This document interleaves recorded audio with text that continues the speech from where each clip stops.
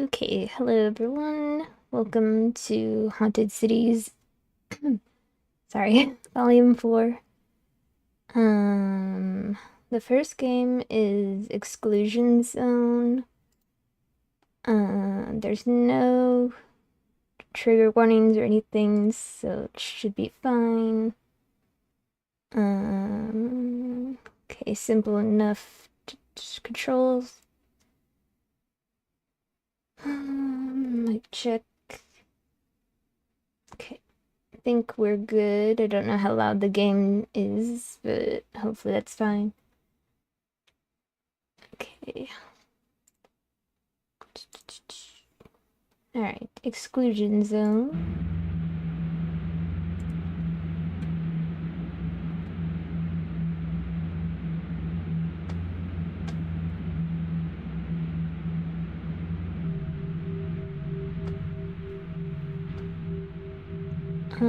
One little note did say to be careful when you approach some temples, so I guess there might be like a glitch or something. I don't know.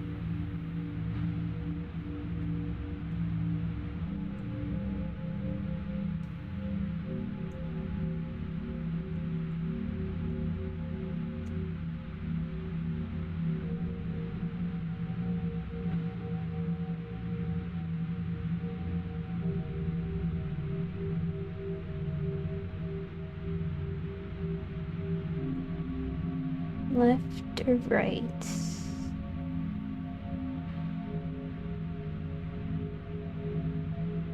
Right. Uh-oh. Based on local historical records and the architecture of the region, we are confident that it was a religious structure of some kind. However, its arrangement and composition are unlike any similar religious structures of the era or territory. Despite superficial architectural similarities, previous examination teams have failed to recover any furnishings, artifacts, devices, etc. that would expressly describe henceforth temple's purpose, and while local accounts, examinations of ambient radiation patterns and simple visual observation of the surrounding countryside leave it beyond question. That the temple was the epicenter of the devastation. Remain entirely ignorant as to how it was that the disaster came to pass. This remains the chief objective of all examination teams dispatched to the exclusion zone. Okay.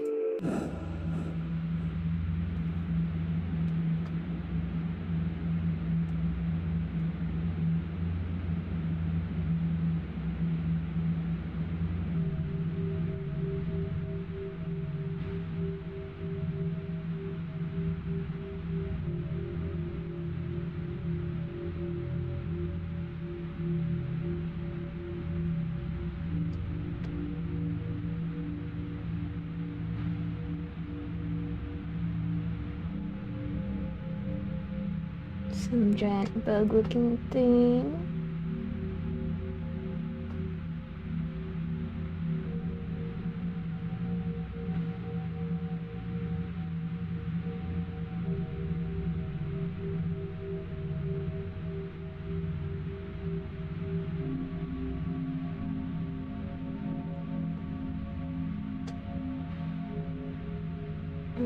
Go up here.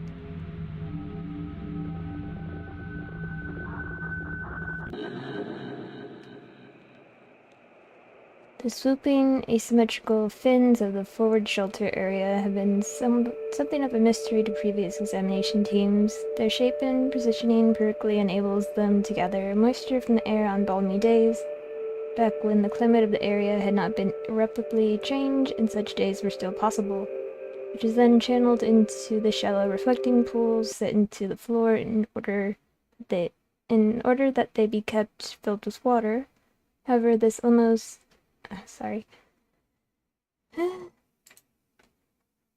pop up. However, this almost artistic asymmetry is not present in any part of the structure. And such a break in uniformity is in stark contrast to many of the fundamental religious tenets in the surrounding area. Put plainly, it seems an ornamental indulgence that makes no sense to us, given what little we know about those who might have occupied this place. One examiner discovered deep channels between the stones at the bottom of the pool, which seemed to run downwards some distance, but were too narrow and solid to be inspected further. Theory suggests some manner of sieve, a mechanism for gathering and storing potable water, or possibly even a cooling system for subterranean parts of the structure, as yet undiscovered. Future examination teams may be dispatched with equipment suited to further exploration of these possibilities. Hi, Alice.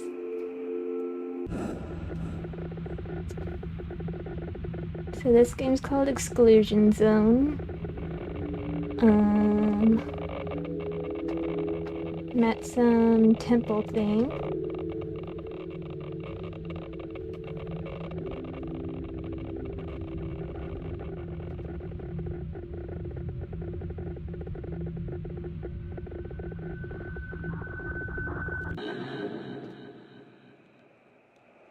Note to examination teams, extreme caution advised when approaching main tower of temple complex. Ambient radiation at dangerous levels. Protracted proximity to tower heavily discouraged. Eventual fatality is extremely likely. The tower, being the obvious centerpiece of the temple structure, is presumed by most of us to be the nucleus of the disaster. The continuing extremes of ambient radiation originating from the tower's apex prevent approach, which has stymied all direct attempts at investigation into the disaster's most probable epicenter, and by extension, the entire temple's express role in the calamity. This has long frustrated us for obvious reasons. It's exceedingly difficult to piece together the specifics of such a unique event using only secondary accounts, archaeological hints, and speculation. Most believe the answer to everything is waiting there at the tower's highest point, but our curiosities go ever unsatisfied. We have been looking into potential alternative means of inspection, including possible aerial passes, long-range examination from atop the exclusion wall, the training and application of Eastern I don't know what that word is. Agricultures, due to their intelligence, manual dexterity, and immunity to most known forms of radiation, and all other options failing, complete demolition of the tower at its base with hope of a resultant dispersal or reduction of ambient radiation, allowing for approach. Yeah. Okay.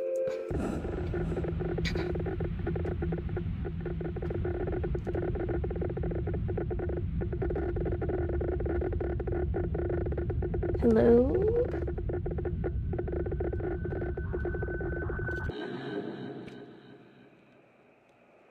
From the recovered notes of examiner Saturna, deceased, she was wronged.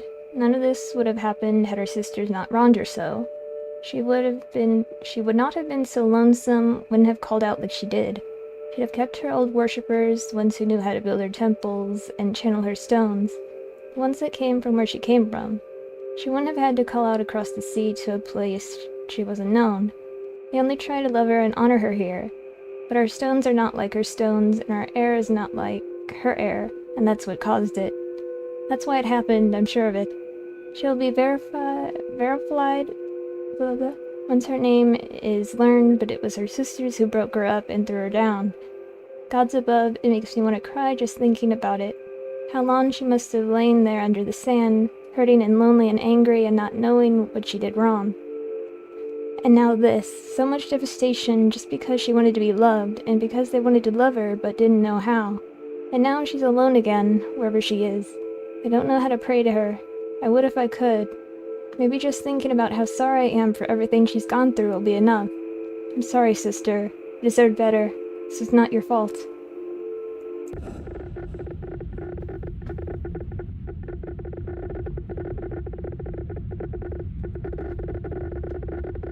Touch.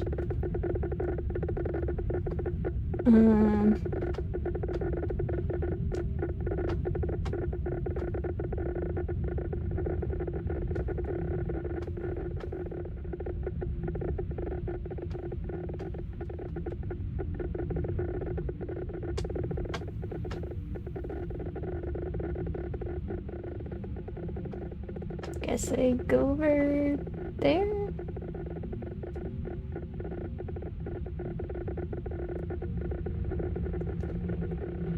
Careful.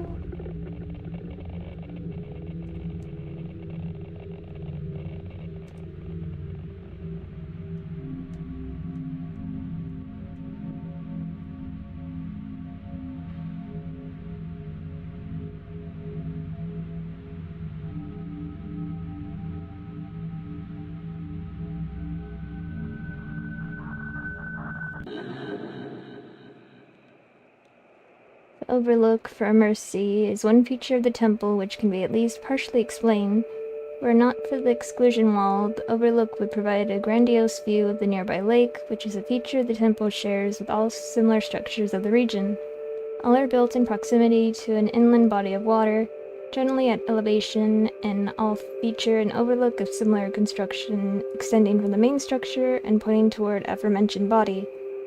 This is of some interest to us because we have at least some evidence to suggest that the temple was built with the specific purpose of performing whatever unique machinations precipitated the disaster, thus making the construction of an overlook something of a concession. If the temple's original purpose was not the practice of the local religion, then the overlook would be superfluous. It's possible that some of the temple's residents maintained their old beliefs and therefore necessitated the overlook's construction, which opens the possibility that the temple's purpose may not be an entirely religious one after all. It has also been suggested that it was meant merely as a prop, a visual misdirection included to convince locals from a distance that all atop Lakeside Hill was normal and that nothing untoward was being conducted. Some must find this possibility to be somewhat cynical, but it cannot be ruled out.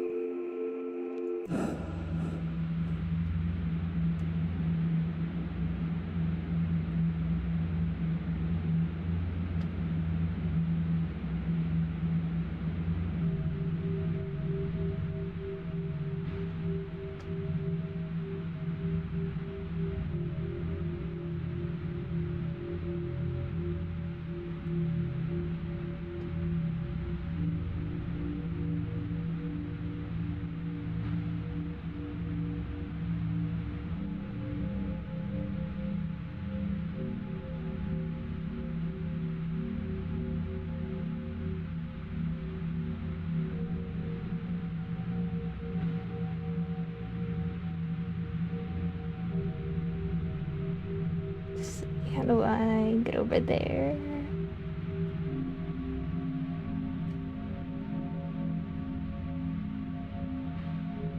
I hear the music.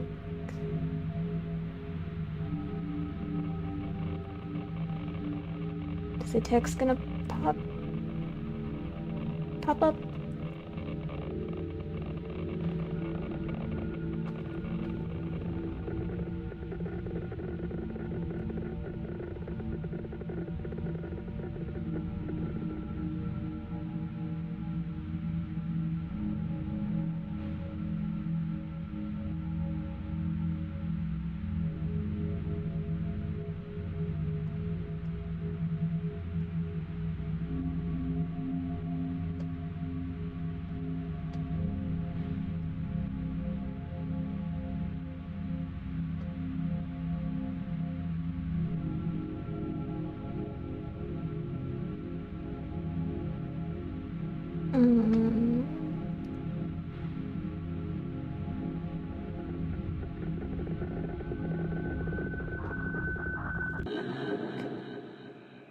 I'm in a TARDIS. The central chamber beneath the tower would be, by all accounts, the part of the temple used for communal prayer and administrative gatherings, such as the ease with other religious facilities of the region, all of which feature a similar central chamber. However, given the doubt raised as to the actual purpose of the temple, we are disinclined from making such assumptions. One detail that we find them to be most curious regarding the chamber is the fact that not a single one of the examination teams dispatched to the exclusion zone has ever recovered any kind of talisman or artifact from within. Nothing so much as a scrap of cloth or particle of ash. While others, something of the temple show clear signs of damage and dilapidation. The interior chamber is immaculate, almost deliberately so. Scavengers are rarely so delicate in their work, which rules out the possibility of the chamber having simply been picked clean by opportunistic locals. Also curious is the fact that despite its location directly beneath the extremely radioactive tower, the inner chamber is consistently the inner chamber is consistently found to be one of the least radiated areas of the complex. The stone from which the temple is constructed has no particular insulative properties, which makes this something of a mystery to us. We have continued to look into possible caution for this anomaly causes this font, but the absolute lack of sellable material has proved a severe hindrance to our efforts.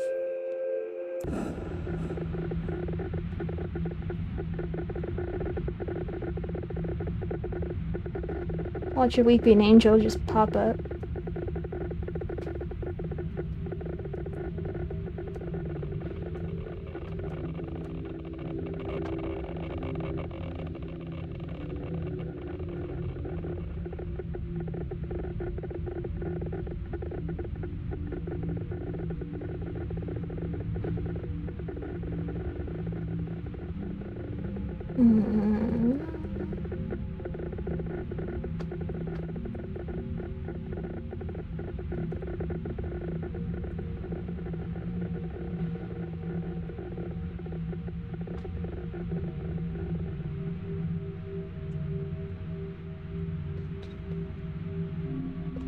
Yeah, they're creepy.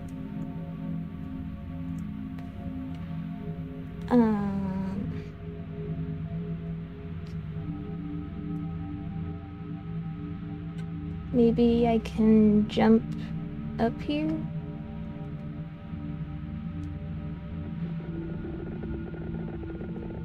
I think the Weeping Angels scared me more than Slenderman, maybe?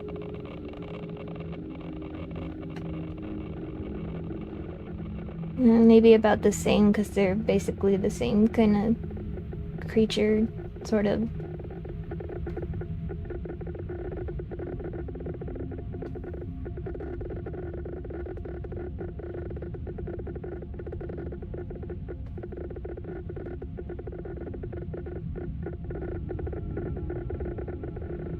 Oop.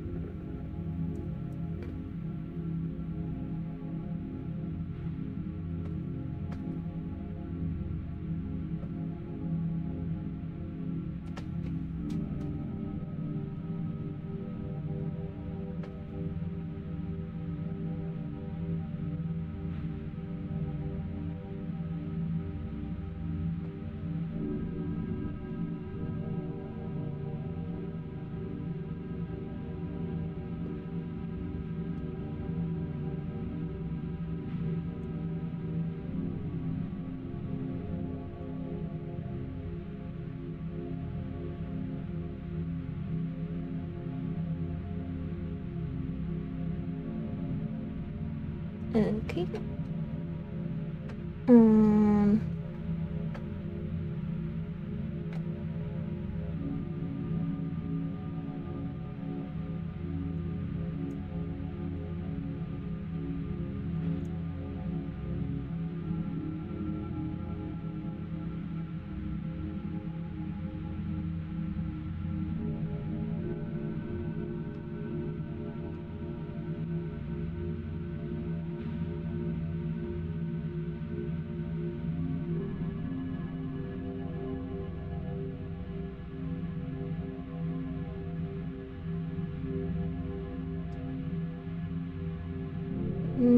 Can I go over there? There's something.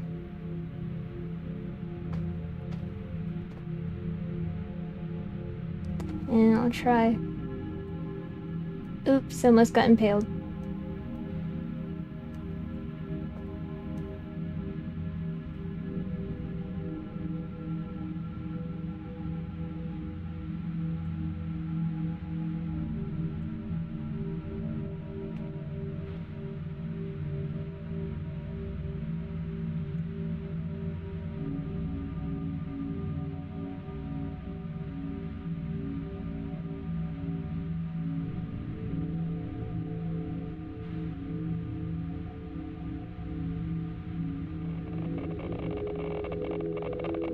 Slender Man, is that you?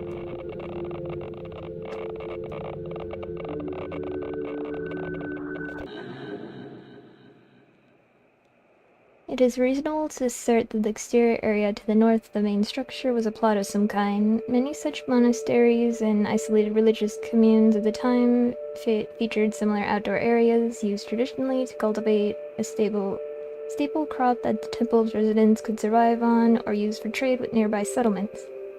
However, it remains impossible for us to determine just what was grown here. Soil traces betray no sign of any of the plants indigenous to the area, or indeed any surrounding regions from which seeds may have been imported. Stranger still, radiation of a kind entirely unique to the modest plot can still be found in the soil, suggesting the growth of some kind of radioactive plant with an extraordinary half-life, distinct even from the radiation that filled the area in the wake of the disaster. Absolutely no historical accounts of such a plant exist in any archive throughout the entire peninsula. Consequently, this small area of ground is of great interest to us. Examination teams are encouraged to check the area thoroughly for anything that may provide further information, no matter how seemingly minuscule.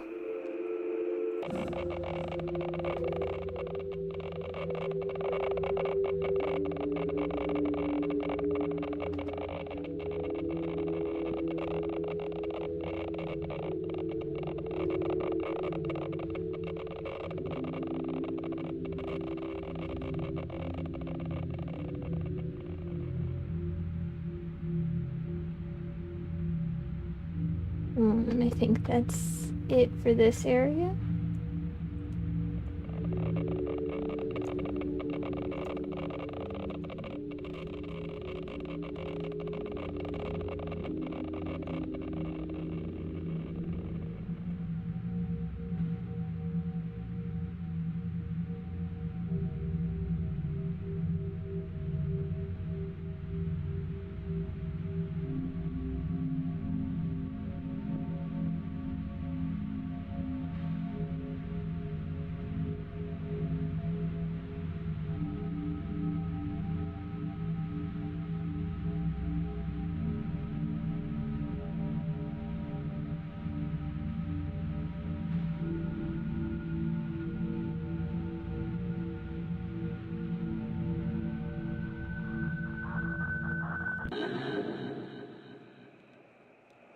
Easily the most baffling part of the temple at large is the pair of carved stones on the shore at the bottom of the steps northwest of the complex.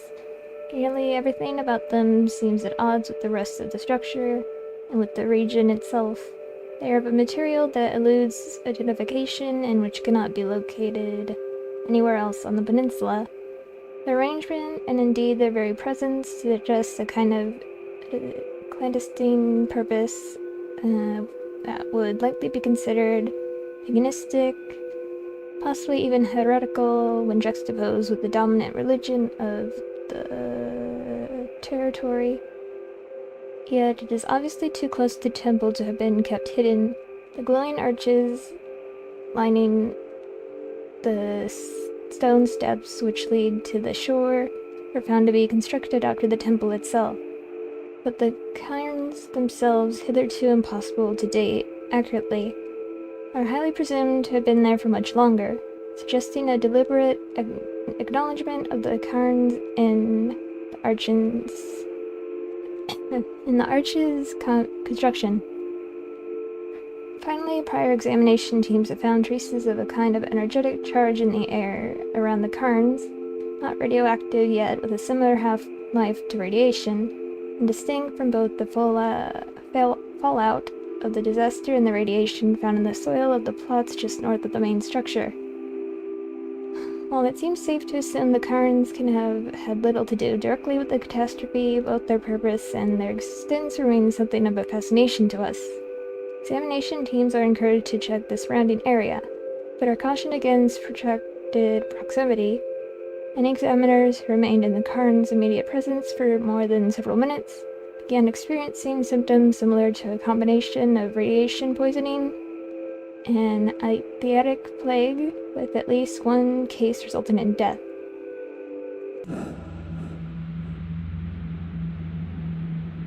Examination complete. Yee. Woo! Assessment. No significant new findings.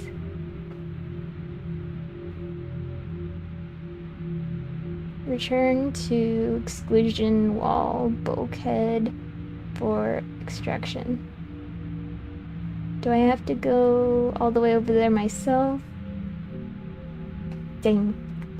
I was hoping they would teleport me.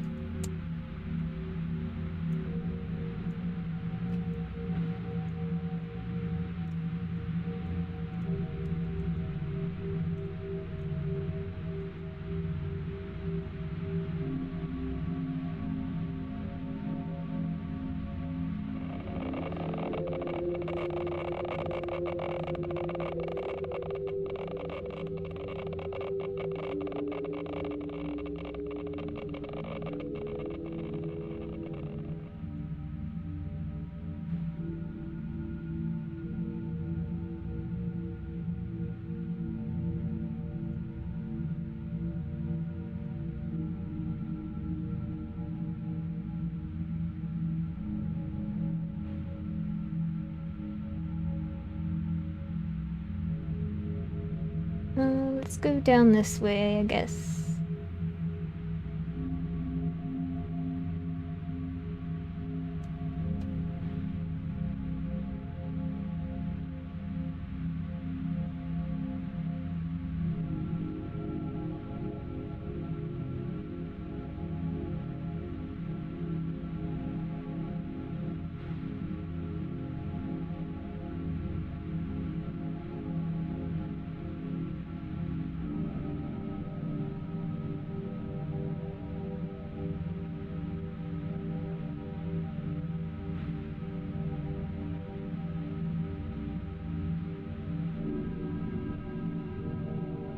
I mean, dangerous levels of radiation detected. Beginning quarantine procedures. Stand by for extraction. Ooh, the end. Alright, so that's it for exclusion zone. Next is grandmother's garden. Warnings for grandmother's garden. Death, oppression, body horror, emotional, and child abuse. Okay.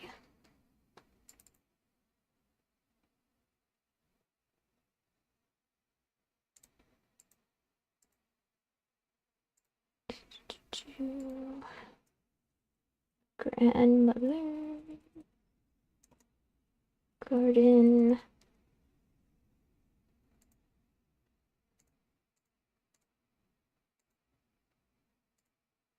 Okay. Alright. Stay inside, honey. Watch your cartoons. You don't need to see what I'm doing out here. But I want to. Grandma, I want to see what you're up to. I don't have a shovel. Grandma! Okay, hold on. I didn't look at the controls.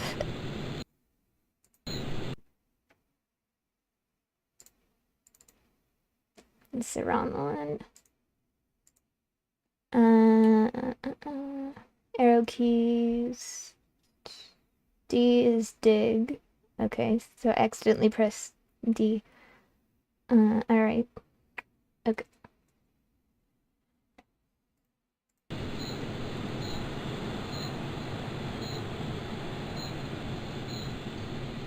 Whee!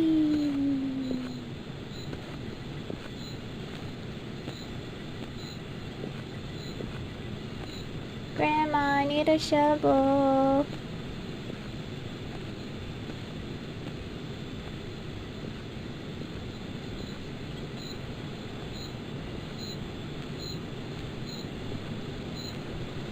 Grandma, the trees are lighting up and I don't know why.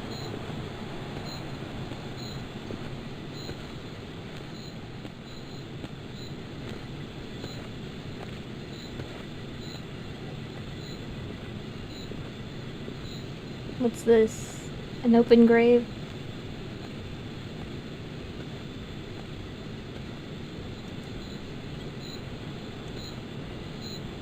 No. I'll keep going up, I guess.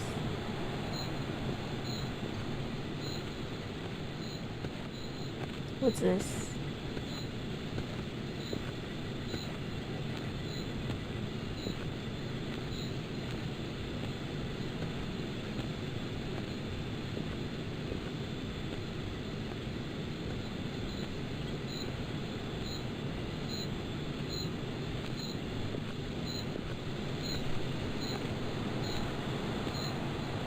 Grandma, why is your garden so big?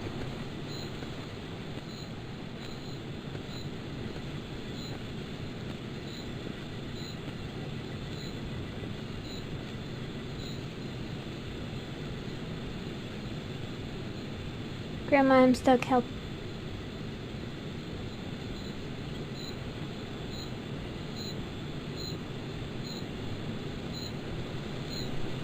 Grandma, help. Grandma!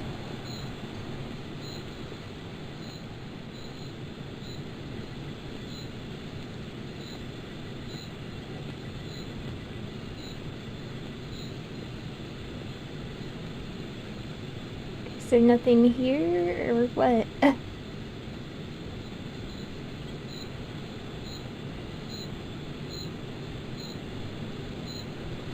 Sheesh.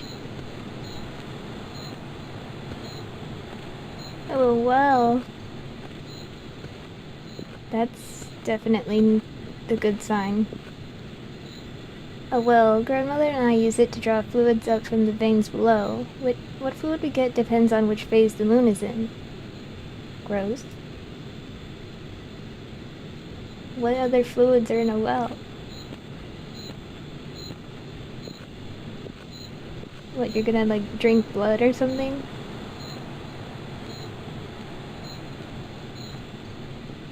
Sweat? We're gonna drink sweat tonight?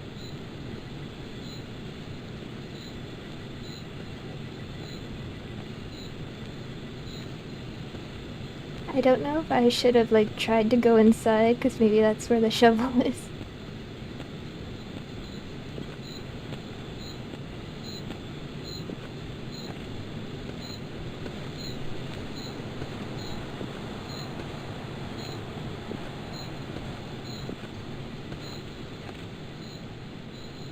Run!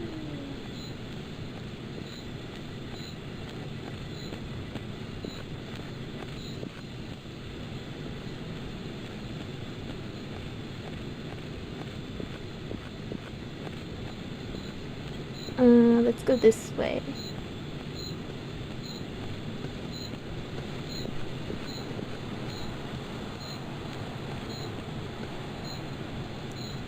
More roots. Every day there's more of them. They look like they're flowing toward the garden this time. Eee.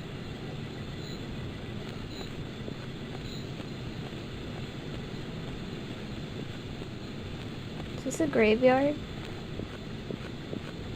Grandma, you have a graveyard in your garden? Whoops.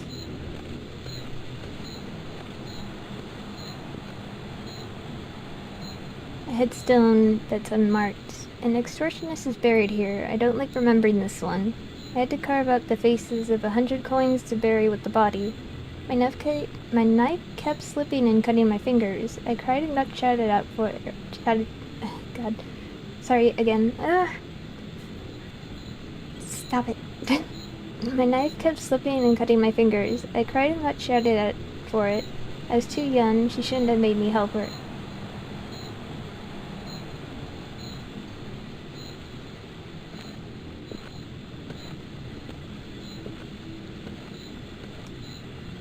Unmarked. A lecture was buried here. I don't remember much at all about the burial. I was too young.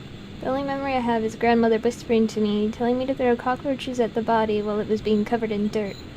Back then, each cockroach filled my whole hand.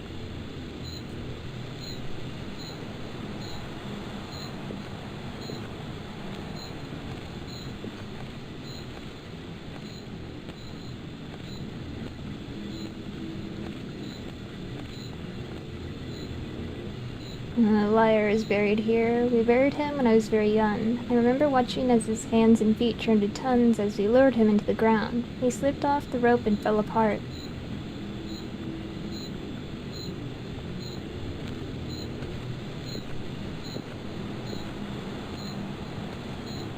Murderer's buried here. He snarled and snapped the whole time, and we finally had to fill his mouth with stones and burn away his arms so there was no chance he could dig himself back out and come for us. It took all night.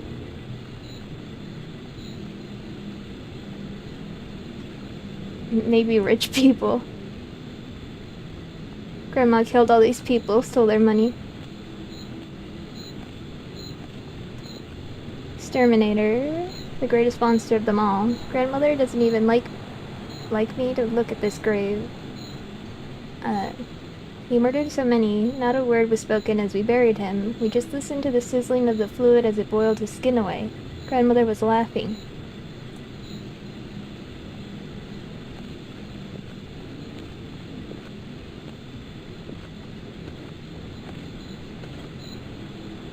A thief. One of the ones I buried alone, back when I started having to do that more and more. Even as I poured the soil, the body kept sprouting hands that groped blindly at the roots in the surrounding earth. I had to sing to distract myself.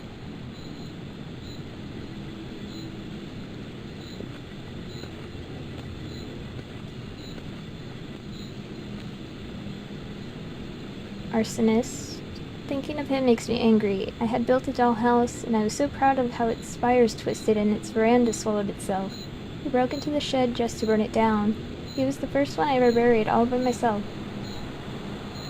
Good for you.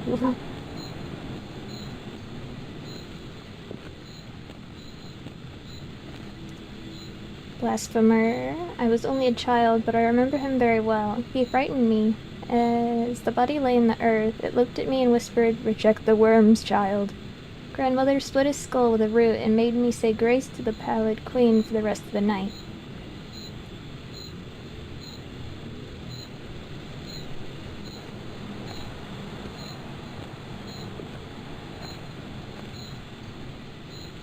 Voyeur. He was buried with his eyes open, held that way by strips of tape. The body was laughing, an uncomfortable wheezing laugh I can still remember. I was younger then, but not much.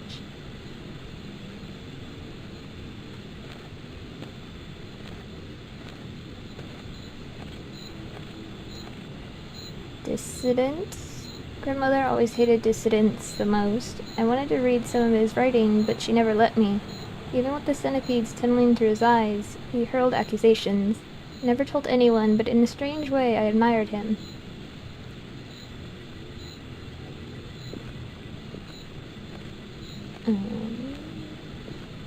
Is that it for the cemetery? Where am I?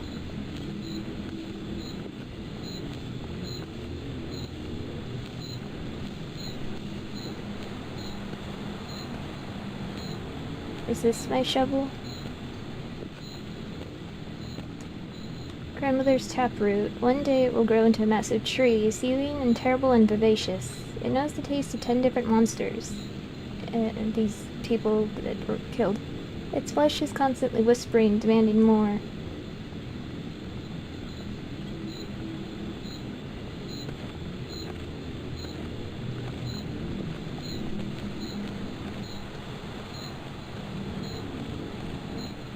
Really?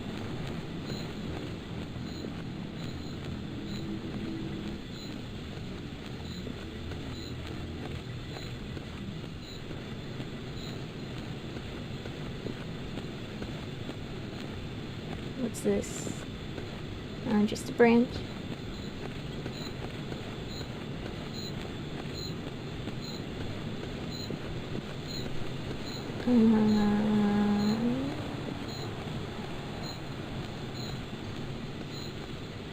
Is this the house? It looks like the house.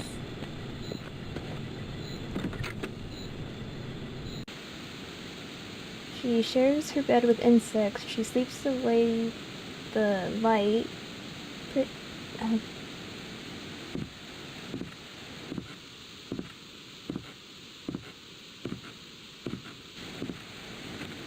He opened to a random page. The boy came to a clearing where a great bloated tick wallowed in a shallow pond, and he found that he could not speak, for she had filled his mouth with leeches, and he was running to the swamp. Okay, this stuff. Yes. Oh no. Hi, grandmother. Oh no. Thank you. Get diggin'. Taken. Sitting in that chair is all she does anymore. I can never tell if she's awake or asleep. Maybe she's neither or both at the same time. Schrodinger's grandmother?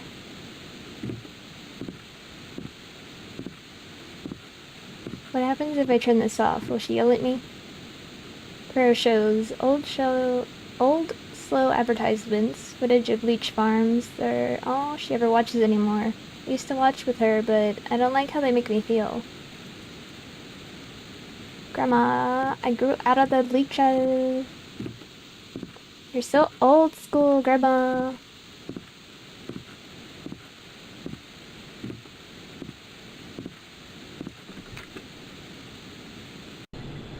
House is quiet, clock tick, and curtain dark and dusk. I can't hear her, but I know she's there. Okay, now where's the shed? I imagine it's close to the house. What's this? Fence.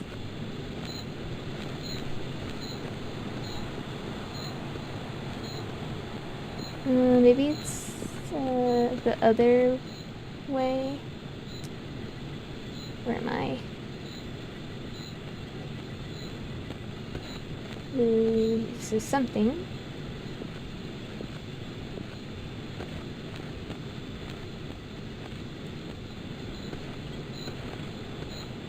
When I was little, I used to pretend that the irrigators were tall, gaunt men with huge stingers covering their arms. I had a lot of nightmares about them.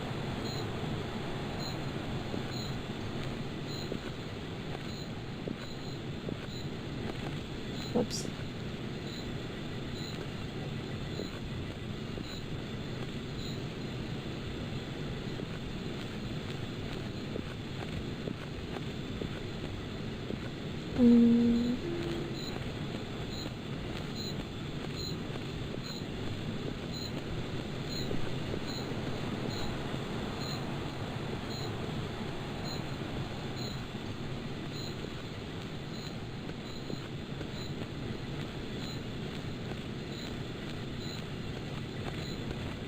Maybe the shed is by the garden?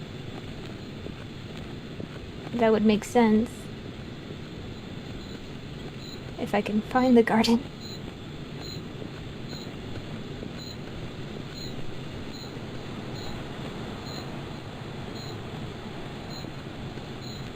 I might be going in circles.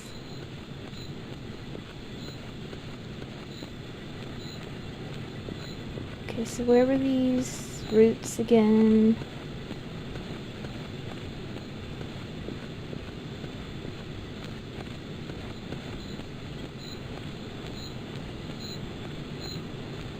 Graveyard.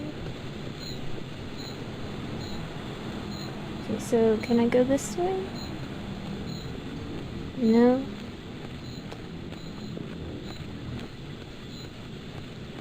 Creepy light over here.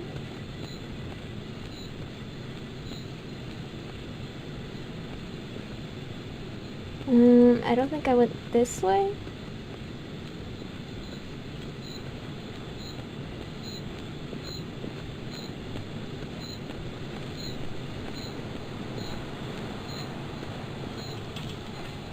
Uh-oh. Grandma, the gate.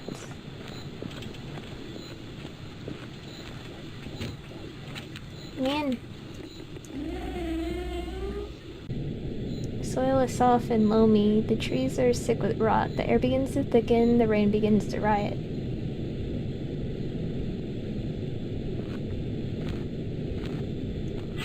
Taken.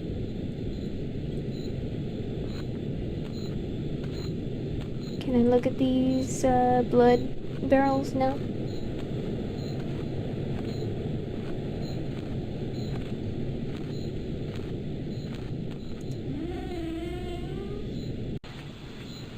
This is quiet.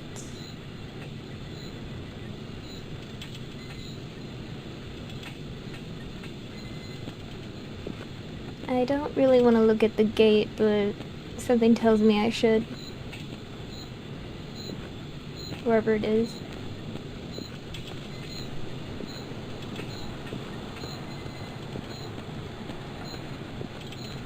The heck is this? Grandma, there's a heart on your house.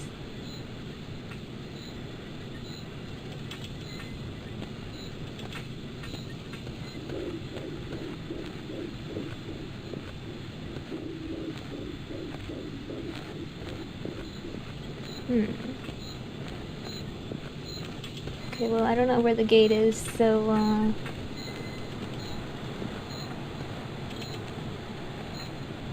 it's weird. Moonwalking, moonwalking.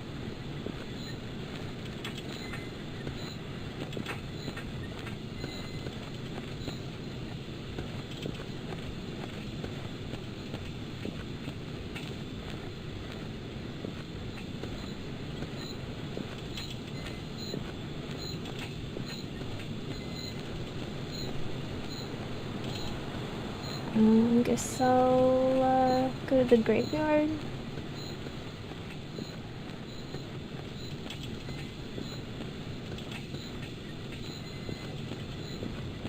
Maybe check out that hole.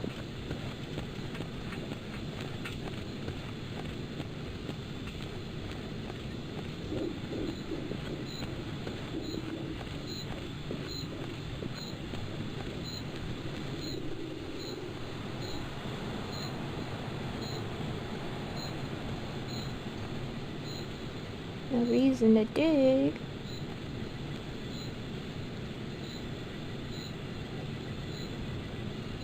Fine. Let's see. The graveyard over here.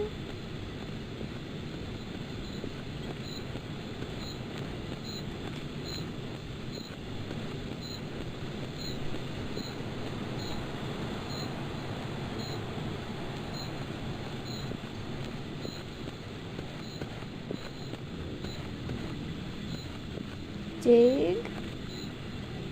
I shouldn't upset them. She'll know. She'll feel it. Well, then what am I digging?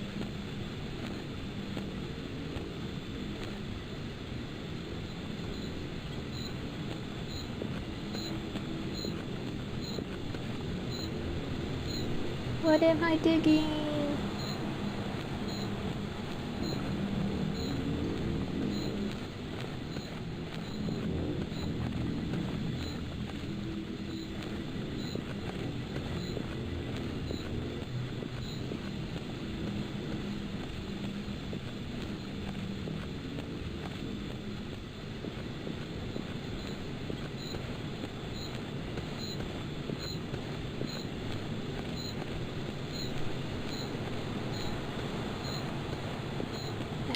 Like whatever these evil eyes or whatever.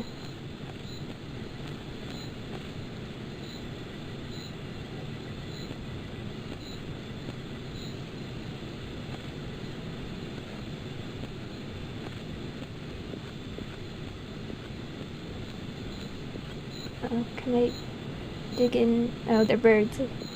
I can dig here? Okay.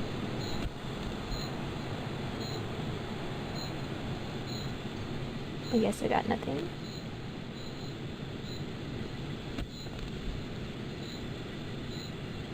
Blood bells have gathered on the arms of the irrigators. I hate how quiet they are, just completely silent.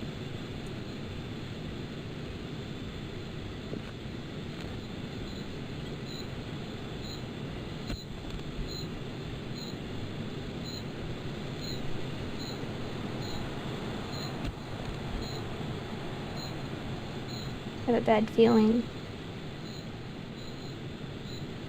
You should.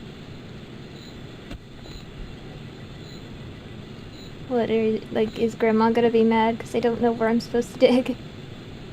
Child, what are all these holes? I don't want to keep doing this. I want to stop. Something's gonna happen to me. I don't think I have much of a choice, I'm afraid.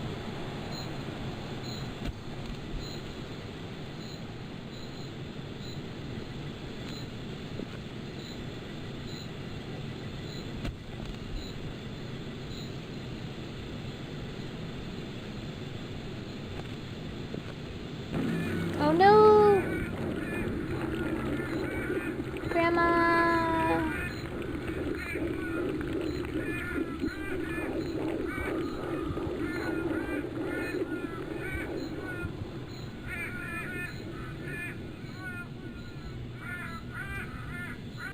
Grandma?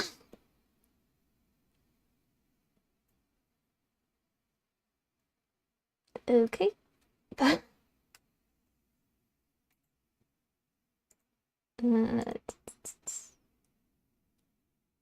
Next.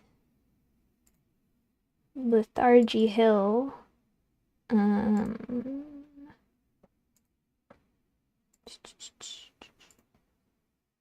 Lethargy Hill, family/emotional abuse, violence, depression, suicidal ideation, substance addiction. The following warnings.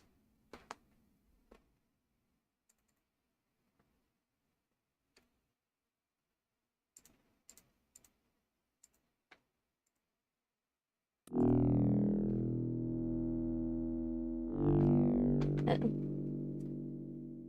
Mouse isn't working.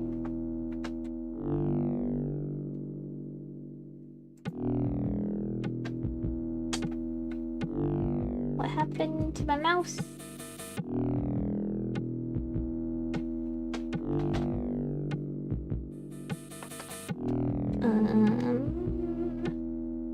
Am I like stuck in the game maybe? It's working now. Weird. Whoops, that's not what I meant. Damn it, I did it again. No, I know, I'm getting it ready. I keep messing things up. Lethargy Hill.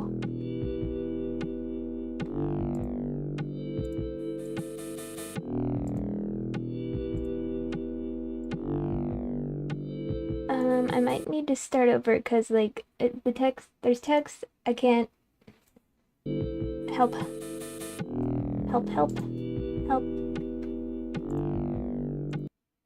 Okay, let's try this again.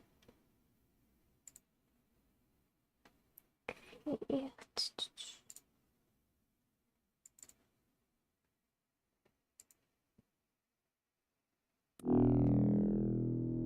The earth churned, and the house is what came out. Gruesome little cluster of verandas and spires, gables and windows. The earth kept rising like a tick filling with blood. Drank from the earth all around it, and in that way laid claim, all to feed the house up atop that hill like a queen on a throne. Surveying. Okay. Bedrooms and drawing rooms and halls and attics, kitchens and bathrooms and nurseries, all dark, all quiet. Only some of those windows let any light in, but there was only one basement, and it was where she lived, the matriarch. Screeching rat queen cluster of veins and connective tissue and grinning, gnashing mouths. It was her house.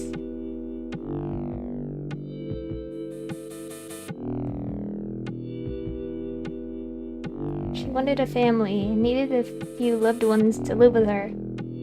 It was lonely in all those bedrooms and hallways that she couldn't see. There should be more here? She could feel them, though, no one walking through them, all the emptiness like a ringing in her ears, but visitors weren't exactly knocking down her doors. She'd have to make some.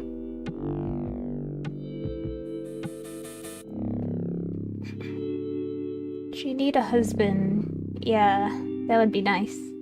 A man of the house to shuffle around those hallways at nights, making sure doors were kept locked, scraping his feet along the carpet and sobbing gently into the silence. Husband things. So she concentrated real hard and snapped off a few pieces of herself to grow into little drones so that she could get to work.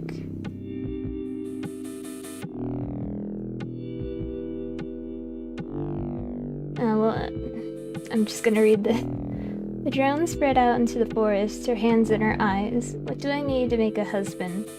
She thought to herself. There sure were a lot of trees all around, just doing nothing, so the drones gathered up a great many twigs and sticks and fallen branches.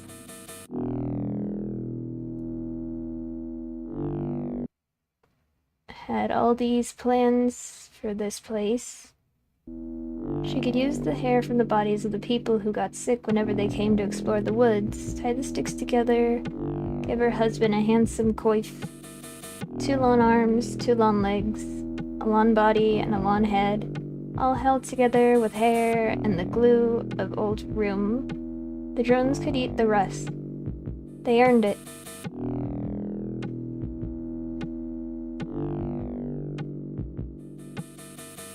So soon she had a husband. It was just how she wanted, milling through the halls, wheezing and click-clacking his twiggy hands against the walls and doors and windows, dragging his feet and giving sweet little whimpering cries. It was nice not to be alone anymore. Still, it wasn't enough. She didn't want to be a couple. She wanted a family.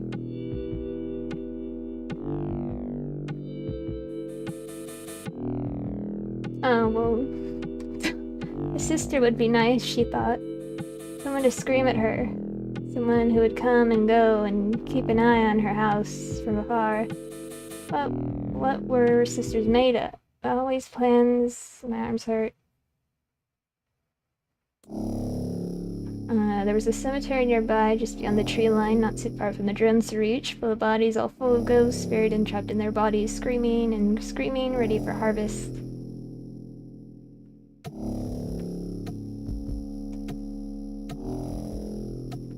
The drones tunneled down into the graves, biting the corpses and sucking the ghosts out through their necks. They came together, spat them all out into a pile, and glued them together, pulling and stretching until the whole big mass was shaped kind of like a woman. A good enough sister, she thought. She'll shriek and make my life worse, press her face against the windows and fill my rooms with jealous looks.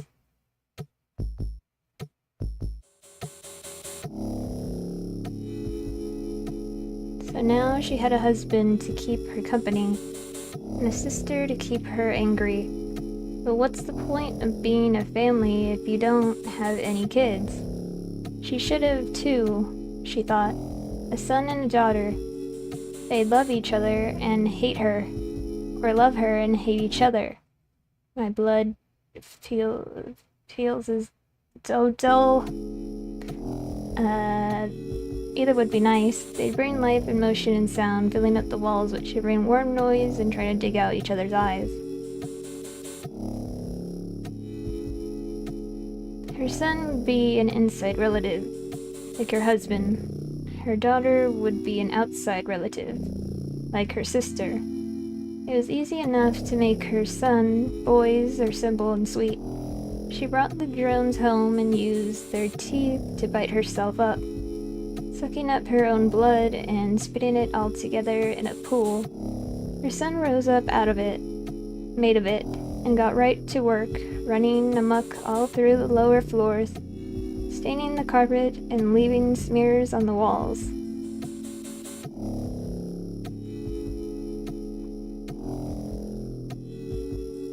Her daughter would be more complicated, she told herself. Daughters always are, so she need to be made of complicated things. The spiders of the woods had their own hierarchy, ages old and complex as anything, and they had 8 legs. A too large number by ring miss the old poison. Too large number of legs. In truth, the drones were raiding. The spider's spot bit up the drones till they were nice and swollen, even tore a few of them apart, but once the drones grabbed the queen by the thorax and squeezed her until she burst, it was all over.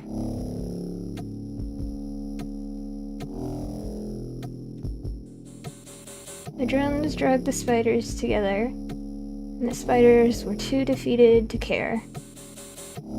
They mashed them up, squished them together, broken enough that they'd stick, but whole enough that there'd be plenty of legs and mandibles and eyes sticking out all over. I had such a lovely daughter, she thought with pride. Her daughter wasted no time vomiting webs all over the place.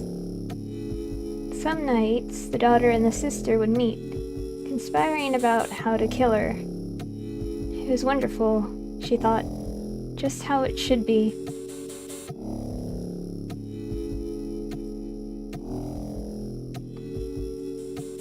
Time passed, like it's wont to do.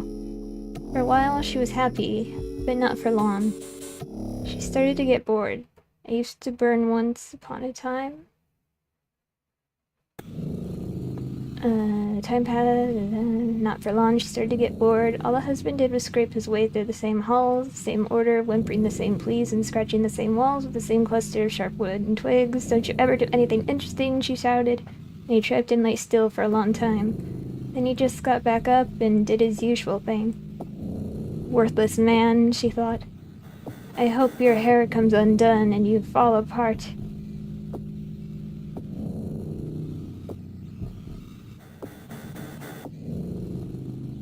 Her sister, on the other hand, was far too lively, no longer content just to mash her eyeless face against the glass. She had found herself some shears and knives to use as hands, and had taken to carving up the walls outside, scratching the paint and marking up the wood. Hateful woman, she thought. You're supposed to envy, not assert yourself. To make matters worse, she was spending far too much time with her daughter.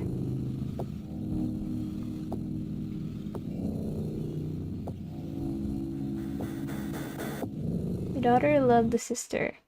Strength enough. They had so much in common. After all, they were both made of dead things. They were both locked out. This made her angry. You're supposed to make my daughter hate me, she thought. But instead, you've made her love you, and that's a whole different story. They went everywhere together. The daughter with her hundreds of slowly grasping spider legs, the sister with her ghostly sockets, always weeping pale fluid. I'll make you pay for this, sister mine.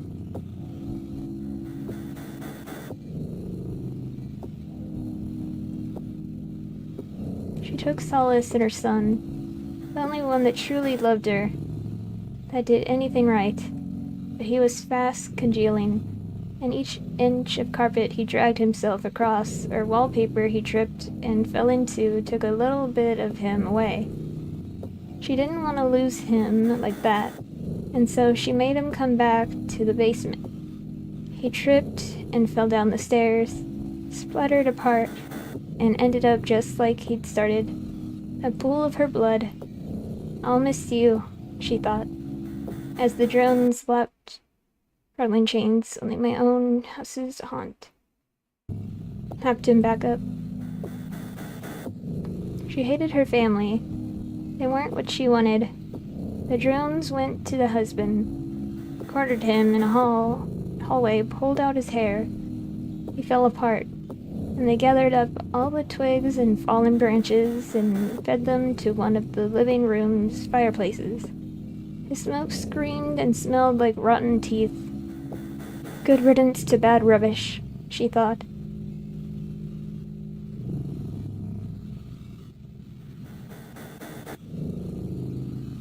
The The sister, the drones lured into the woods with a pile of heirloom jewelry and old unsent letters. When she fell upon the pile to feast, they fell upon her, crushing her soft, pale skull and shredding her apart. All the ghosts that made her sank back down into the soil. No bodies to hold them anymore. They were free. I've done a good thing, she thought.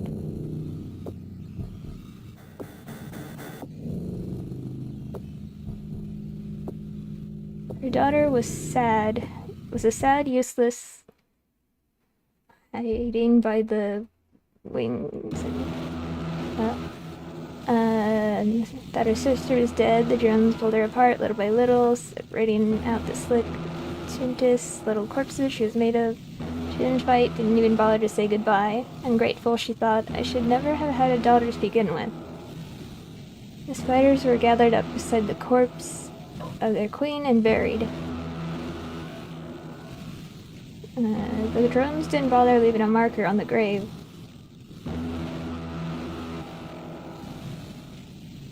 And so she was alone again, just her and her sinew and her gnashing teeth, alone in that house, in that basement.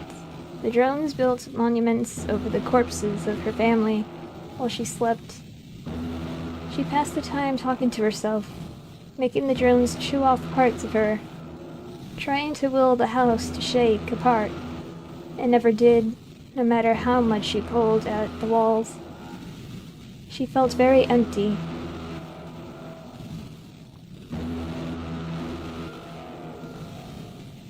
I hope someone visits me soon, she thought. That's what I need. Skipping time. Someone I don't know, someone I didn't make. That'd be a surprise. So she opened a little path in the woods near the house and waited. As long as they don't talk to my dead family, I'm sure they'll come visit me. I'll invite them in and let them come see me, and then I'll have the drones chew off all their skin. And I won't be alone anymore.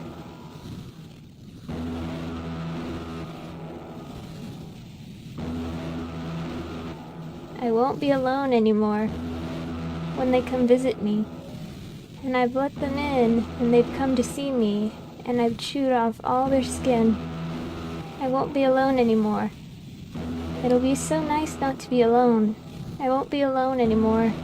I hope someone visits me soon. I won't be alone anymore.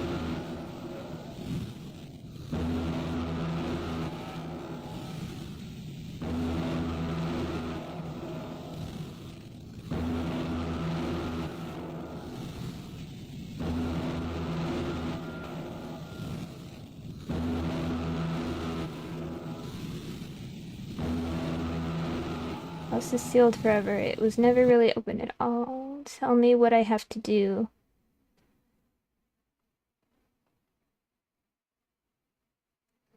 Okay, game over again.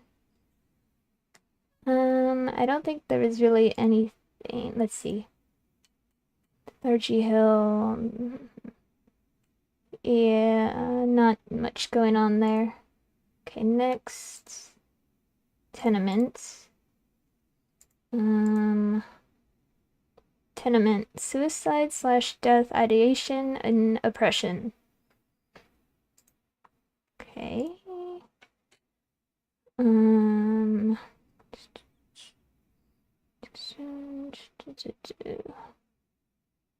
Okay.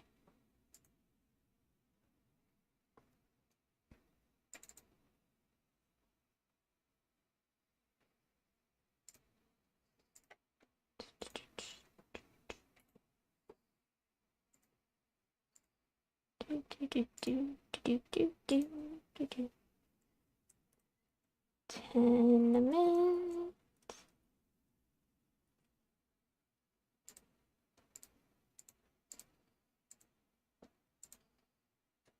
Okay. Whoops. Okay.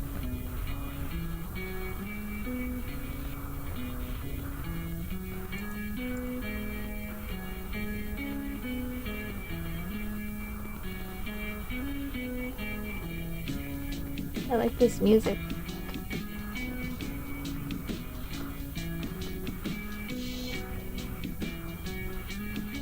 Hello?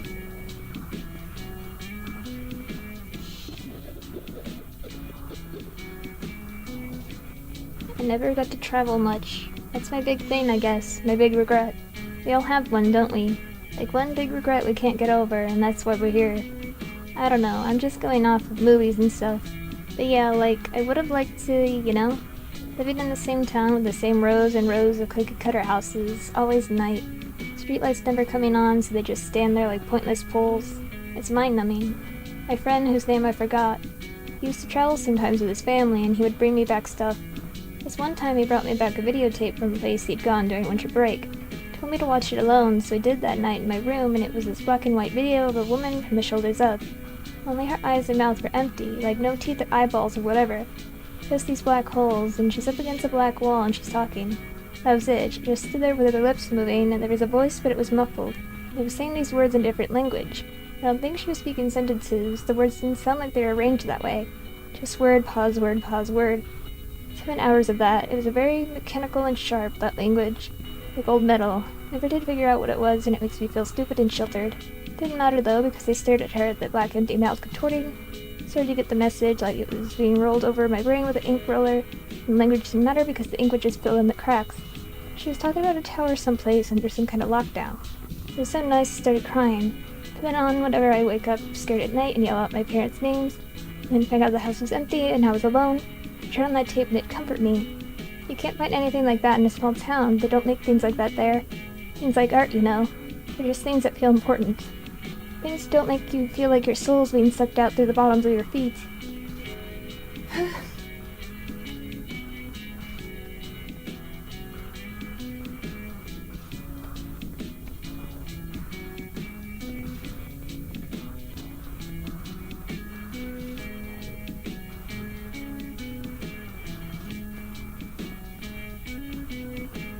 Okay, hold on a second. What was this control again about this speed? Plus and minus.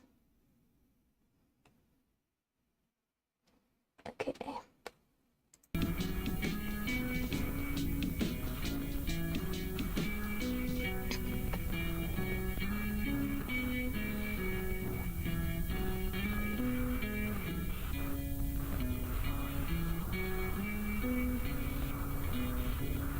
Gotcha.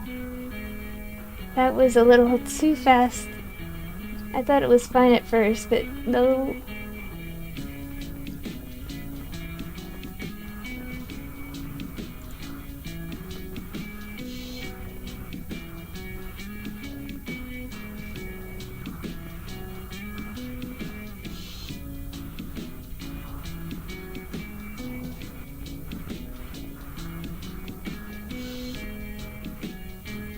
It's okay. I think this is where I started. Whoops.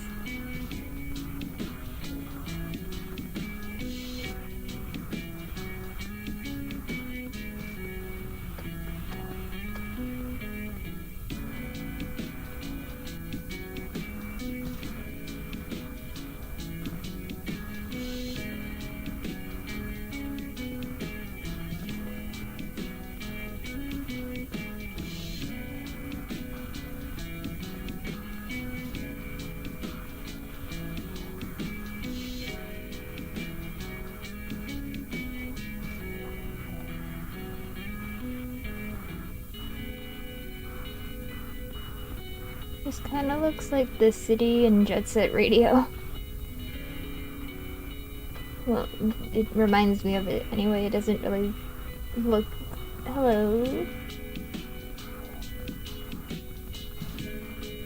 Okay, where's the,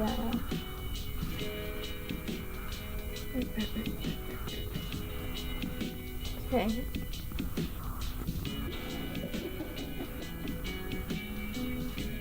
It's better for me this way, no form at all. I like how it feels. I feel like mist or water, like rubber, like TV static. Nice. It's a nice, cold, warm, glowing feeling. Like I can just drift and flicker. You get it right. Having a body was so complicated and unrewarding. I remember this one time I woke and my hands had grown out. The skin had gone all green and slick, like a frog's skin. And these fingers, 1.5 feet long at least, it was like they just didn't have bones anymore. They sure looked like they had bones, but damned if I could pick anything up. So that was my whole week, just shuffling around my apartment, trying and failing to pick things up, sobbing to myself. I was able to turn my TV on with my mouth, so there was that, I guess. I hated having to eat and sleep, all this upkeep, and oh shit, do you remember how heavy you'd feel? It feels even more extreme to think back on it now, when you're like this, and it's like, I don't have any weight on me at all. But even back then, I felt it was just so heavy, dragging all this meat around. It's crying, changing, aching, hungry, tired meat. No food was ever enough. You just get hungry again. You were always tired, just dragging yourself from one sleep to the next. Your teeth would rot and eyelids would appear in weird places with no eyes behind them. Just sockets. Think about teeth. Exposed bits of bone that will rot over time. Seems like a defect. I guess some people were into fucking, and they all seem pretty wild about it. Like they just go on and on about it. But it was never my thing. Even if it was, I can't imagine it would have made it worth it. Maybe the only feeling I liked was rain. I miss rain. I like to sit out on the balcony during the rainstorms, watching those bloated whale things just hanging in the sky with their guts pouring down. And the rain would fall on my skin all warm and cool at the same time. And then when it stopped, everything had that warm concrete smell. I wouldn't mind feeling those things again, but I wouldn't go back just for that. Not worth it, generally speaking.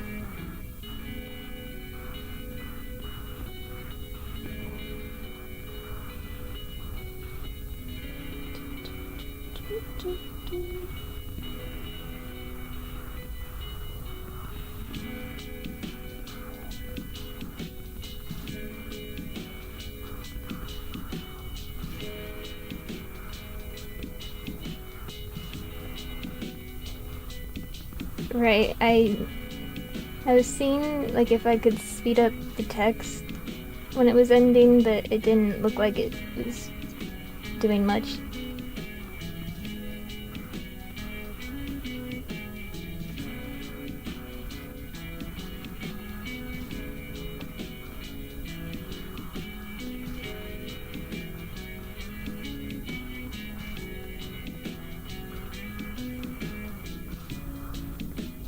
Oh, a blue thingy.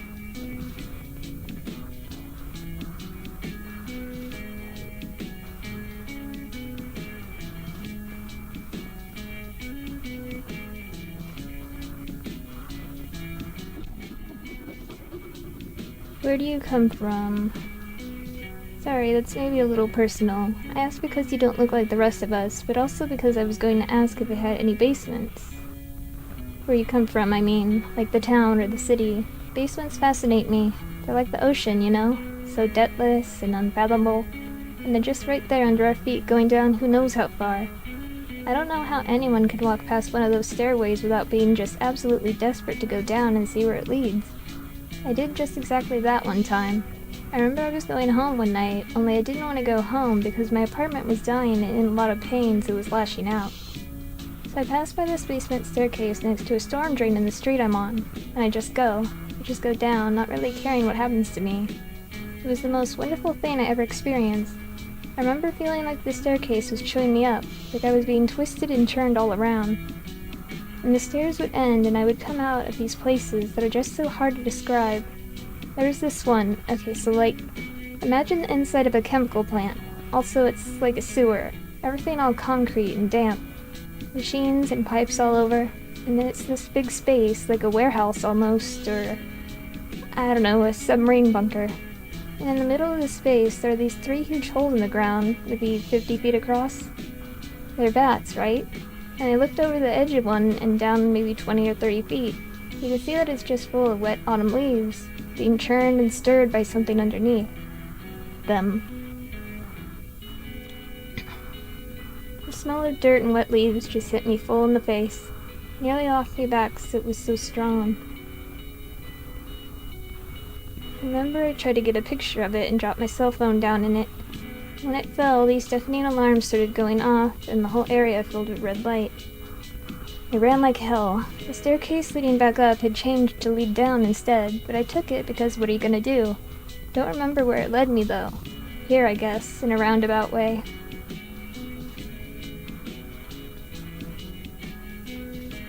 Okay. Bye.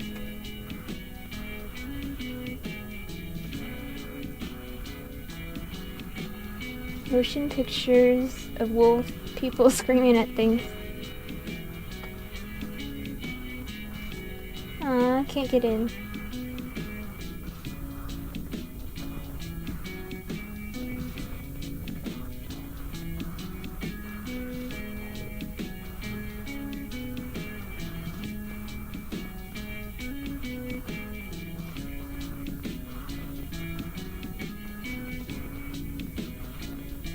Oops.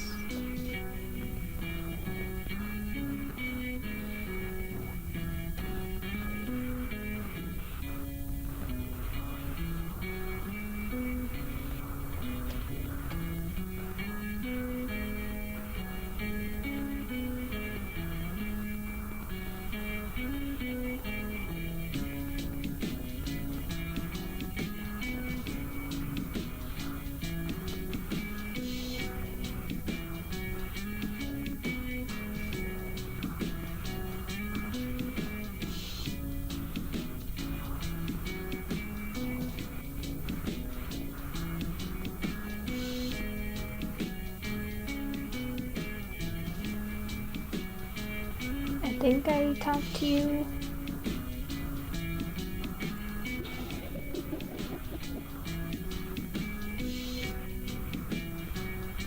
Yeah.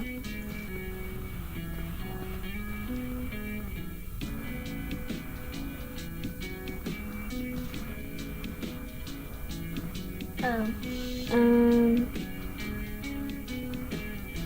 Well, I guess I looked everywhere, so, whee!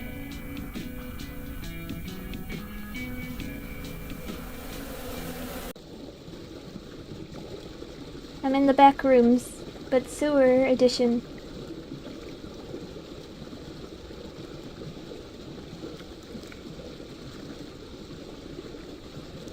Hello?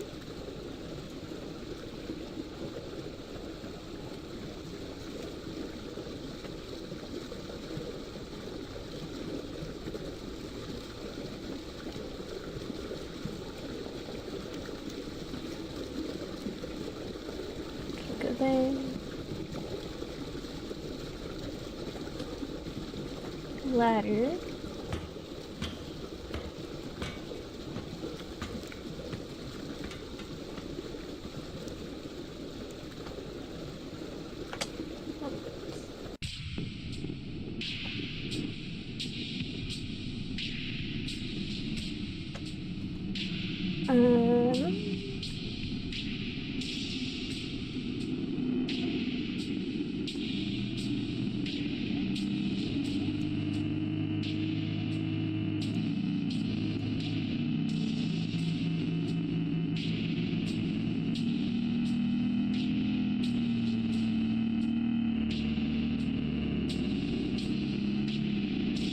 Hello?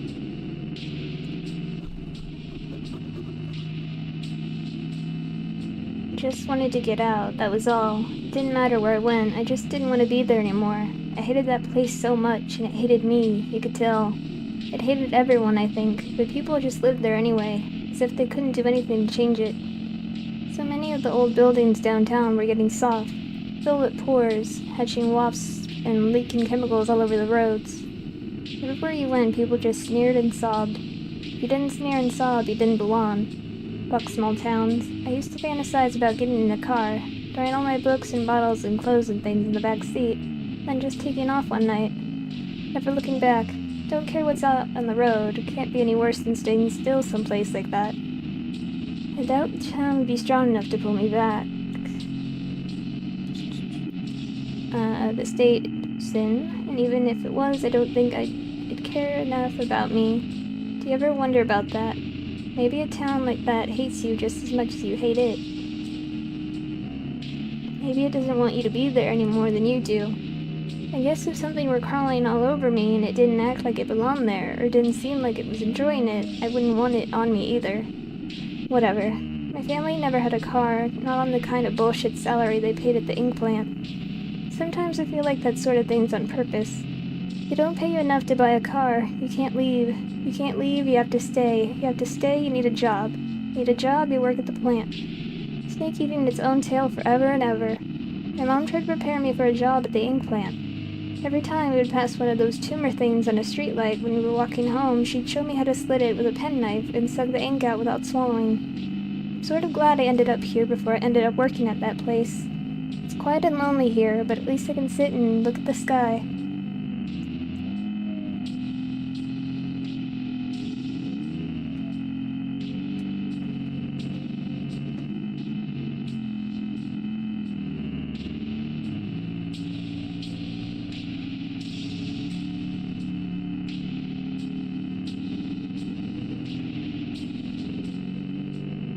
Uh-oh.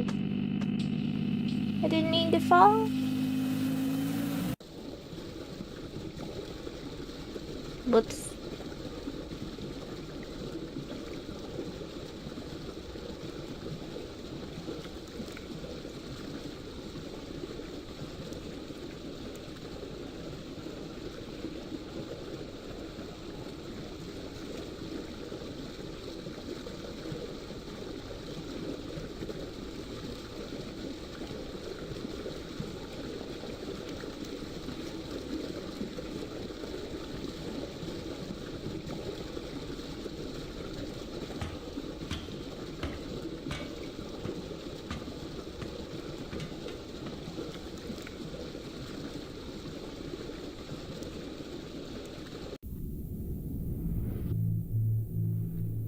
Spooky.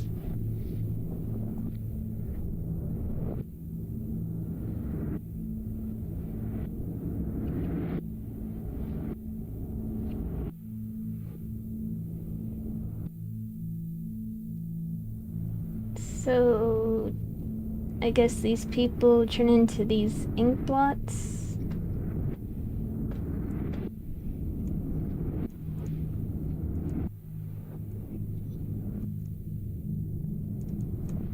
Whee!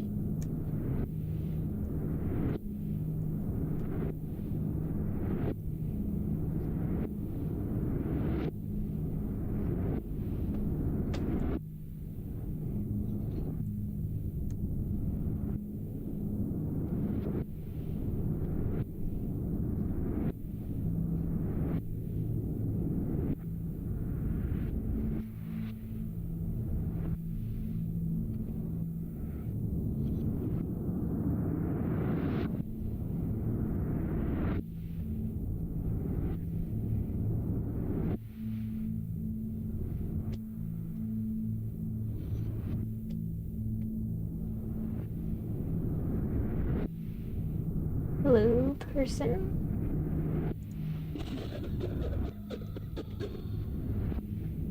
I never got to travel. Okay, I already read you. Why are you still alive?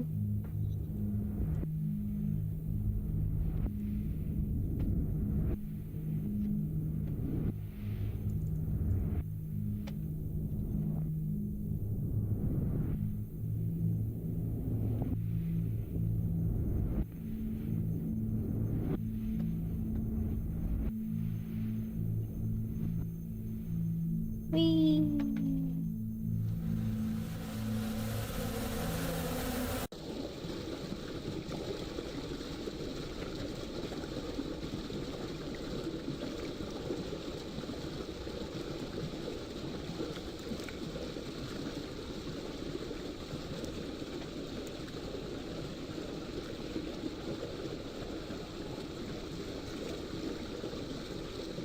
Hello?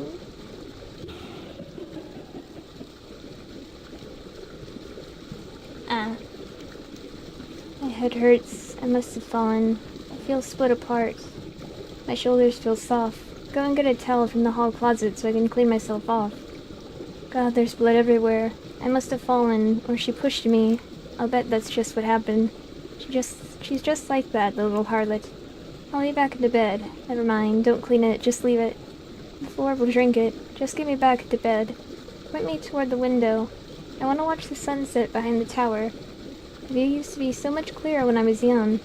You wouldn't understand. This is the only world you know. But when I was young, you could look out across the fields, over the heaving, fleshy backs of the worms beneath the soil, and their film would glisten in the sunlight for miles and miles. It looked like you were staring out at the ocean. It was so bright and shimmering. My bed is wet around my neck. I can feel my brains leaking out of my skull. Catch them for me. Tape me up. Close the door and lock it. I don't want her getting in here again. I want to look at the tower. It must be broadcasting. You can tell because if you look very closely, you can see it vibrate and hum. It's subtle, but it's there. Are my eyes more sensitive than yours? Pull them out then, if you're so envious. I don't care. I don't need them anymore. Not if that's how you're going to be.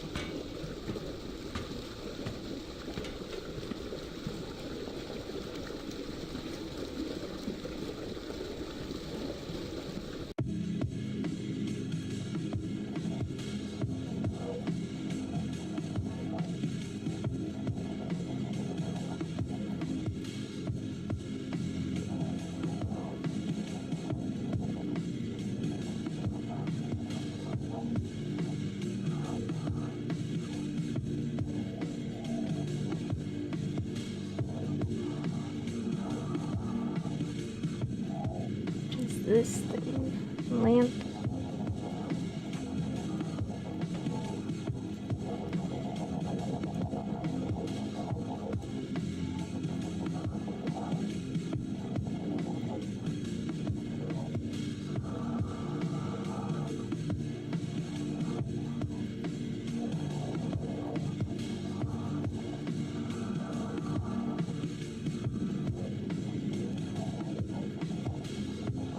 Blue.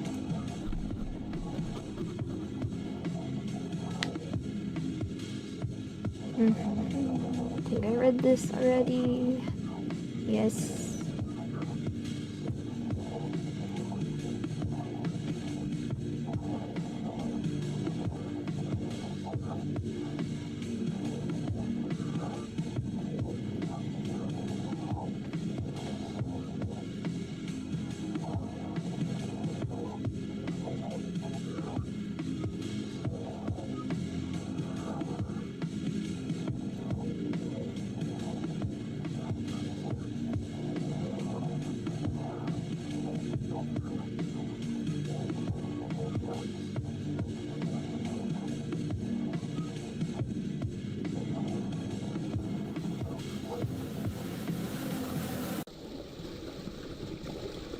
Okay.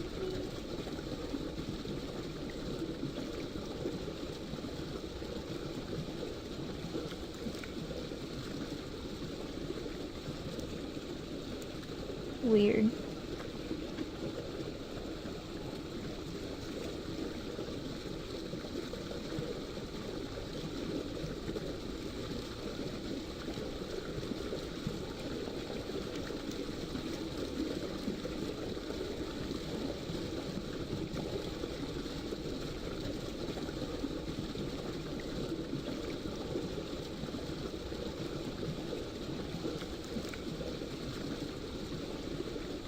Hello.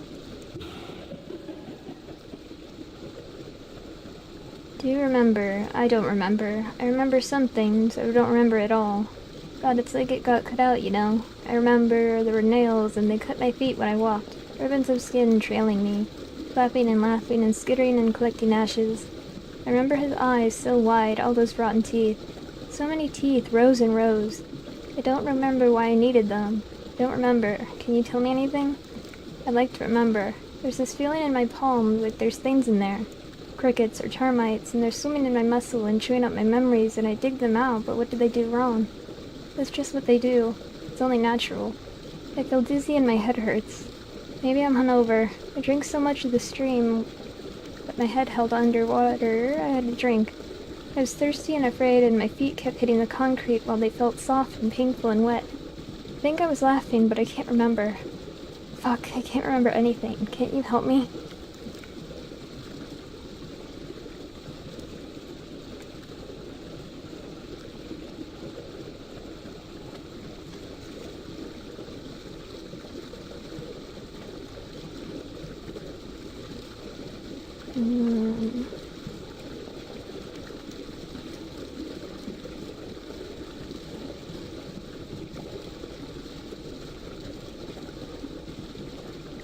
I guess I'll use this ladder, because I haven't used it.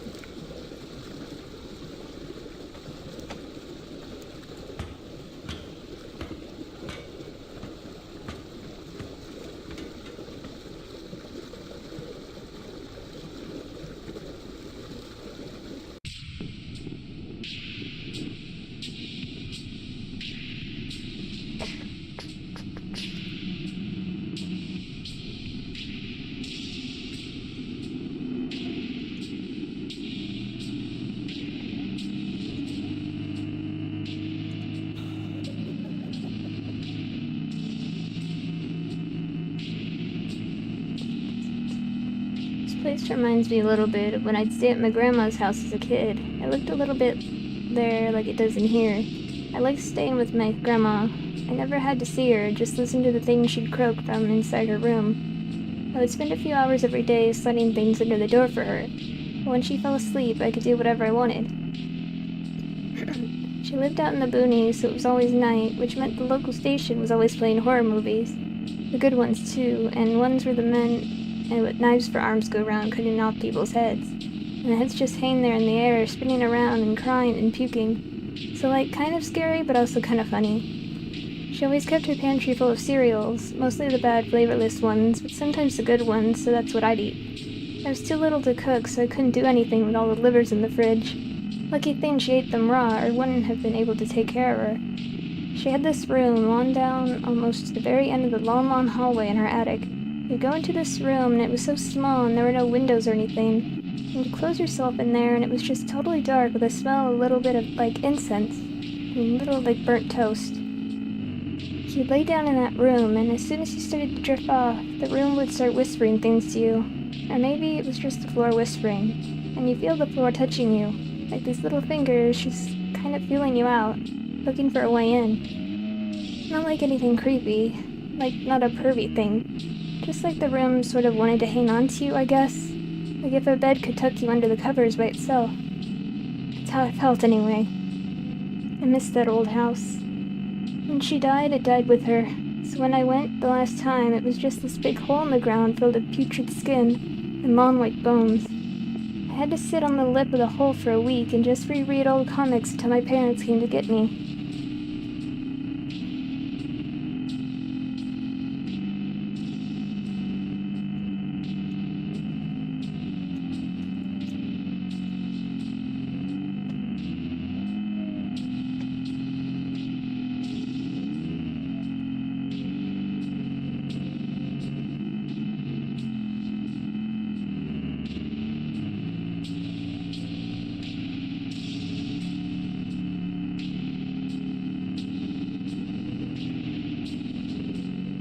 That.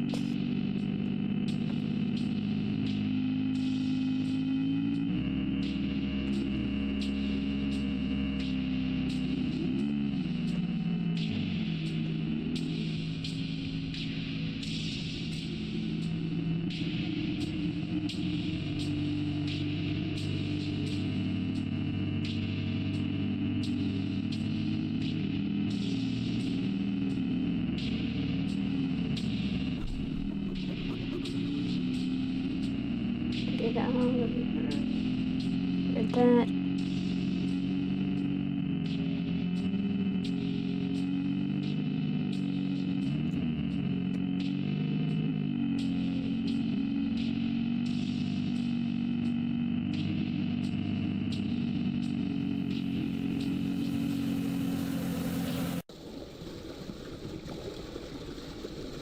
Okay, so, I guess I won't climb any ladders this time.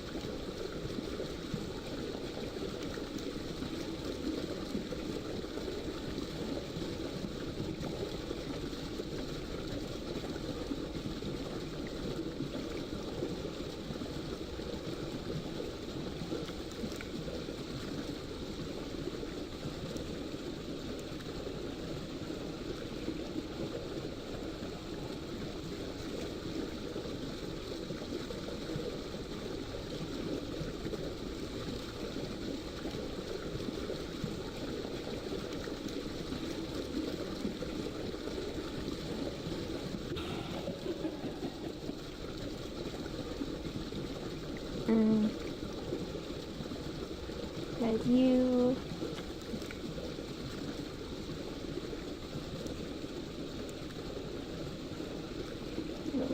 Hello? I have to remember the lot. I have to remember the street I was on. The dog that got me is back there. It stopped moving after it got me. I saw it. It must still be there, with my skin filling up its middle stomach, processing and grinding. I got over the fence and looked down, and my leg was just wet muscle, no more skin. I kept moving, though, until I didn't. I found that house and went in through the window, and they had the nice bedroom in there with the full bed and the pictures of a lake. Don't know how long I slept there. Maybe I'm still sleeping there. Feels a little like a dream down here. My skin feels wet and sallow like in a dream. Like if I open it up, I'd just be full of air and smoke. Maybe I will. You're not gonna stop me, are you? I have to get back to that lot and see if the dog's still there. I need the skin on my leg back. I had a key that I kept under that skin. And I don't have it anymore, so that means the dog must have it. I can just see it there, the little prick, just ticking away, just digesting me, the slats on its back, ventilating that red mist they make, just staring into the middle distance, making that droning, breathing noise. I need that key.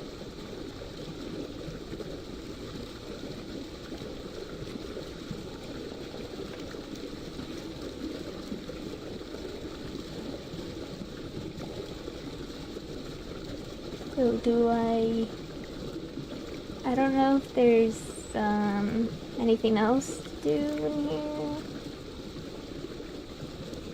I guess I'll just...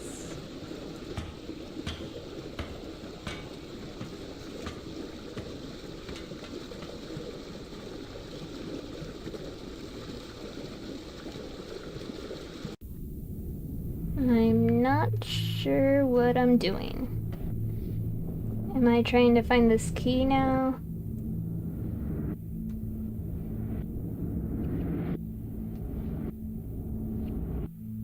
Here's the parking lot.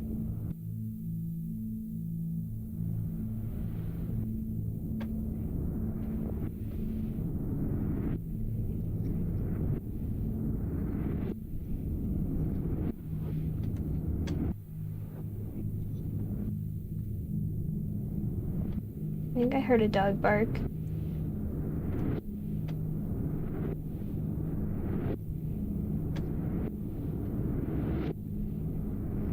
Hello?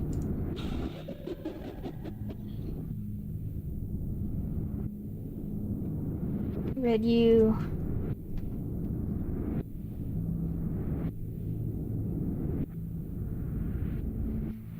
Yeah, I don't know, some people are different, but, like, I kind of remember, like, the vague areas people are in, where these, let's see, where's,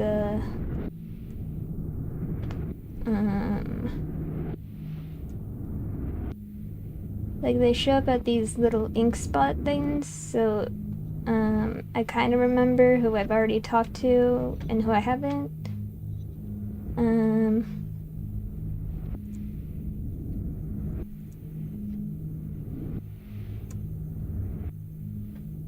Don't really know. Hello? I think I talked to you already, but... yeah.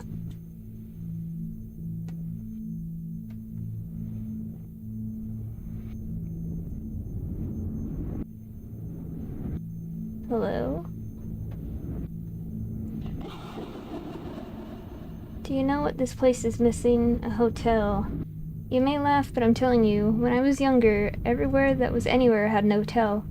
I was lucky enough to grow up just an hour outside of a city with a hotel. My papa and I, and then later my dates and I, used to go into the city together by rail and make an evening of it. Like everyone else who was young or in love or both. It was so exciting being there, all crowded into the lobby with dozens and dozens of other hopefuls, the murmur and the energy. Sometimes you meet people who had been before and they tell you some of their experiences. Sometimes you meet people who'd never been and you tell them some of yours. There was a real sense of brotherhood to it, a shared wonder that brought you together. And when the person at the front desk would appear and announce that a new room had been born and cleaned and was ready, oh, you should have been there. Instant quiet, excited silence, until that desk person called out the numbers. Getting to be the first to visit a newborn room was like winning the lottery. You felt like a pioneer. Yeah, so you heard stories, well I heard them too. And you know something? Most of them are true. Yes, there were rooms that would pull the skin right off your bones. Yes, there were rooms that snapped you and ground you up. There were rooms with floor made of spider skin and walls made of wasp bone. Everything stank and buzzed and howled, and you would come back out broken. Or not at all. They weren't even all that rare, but it was worth it. You don't believe me, but it was worth the chance to get to be the first to enter a newborn room. Because there was always the chance you'd be the one to find the room. The grand and final room. The one where the hotel's heart and mind and eyes and soul were. You get to be the one to sink your knife into its brain and kill a hotel for good and all, and the city would remember you forever. It was a long shot, a pie-in-the-sky kind of dream. But if you don't chase those kinds of dreams, then what's the point? Then they went and developed that chemical and just poisoned them all. Cured, they said. The problem of hotel infestation solved forever. Well, they solved the problem of a whole natural pastime in the process, those bastards. Damn shame, ask me.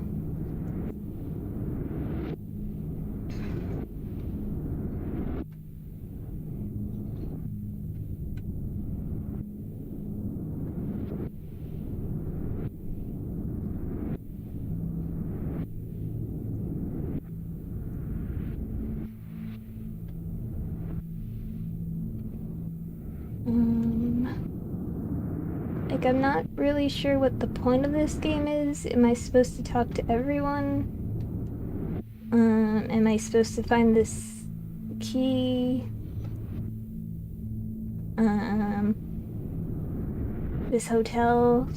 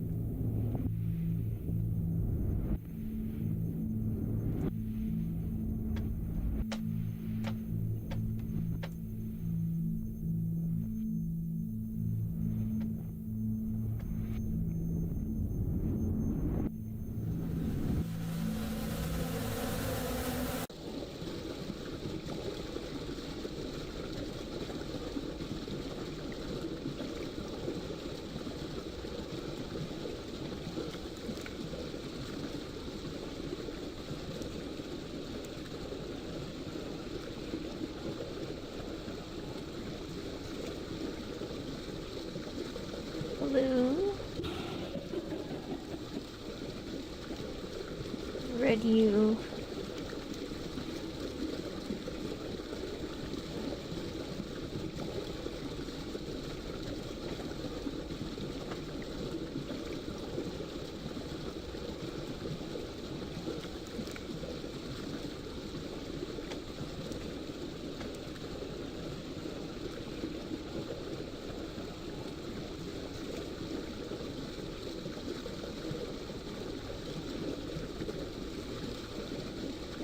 Lou. That room was mine. They had no right. I paid my rent for 100 years. Who the hell are they to force me out? My skin is in those walls. The carpet knows how I taste. So much of my flesh and blood and puke and mucus have gone down those drains, just clogging up the pipes. I'm caught in the room's throat. I'm a part of it.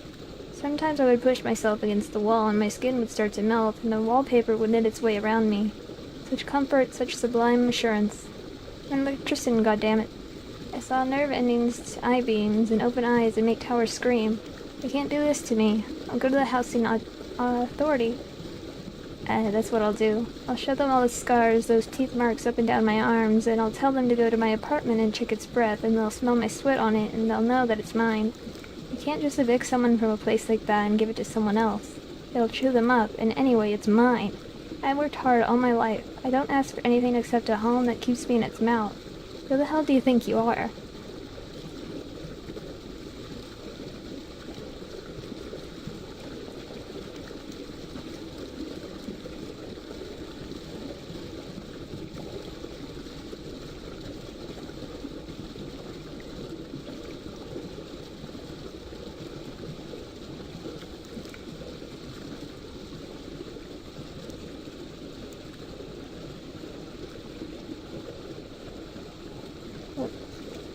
Hello?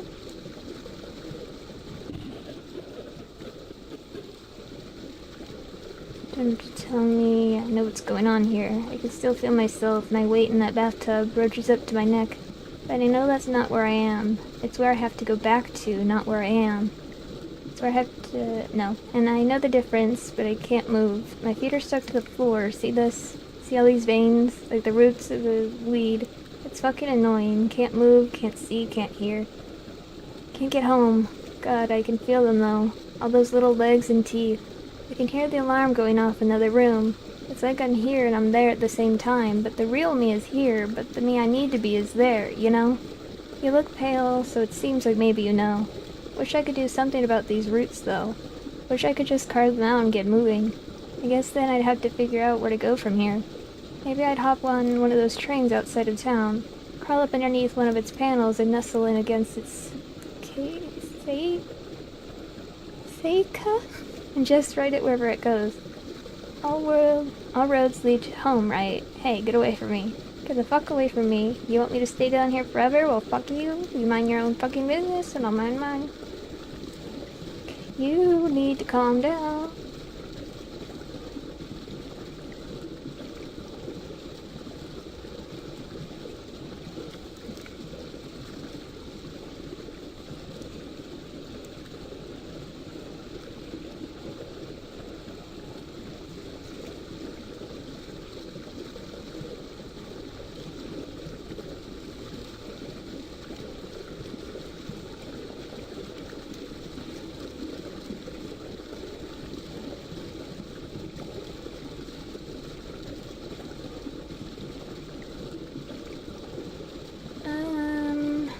I think I'm about done.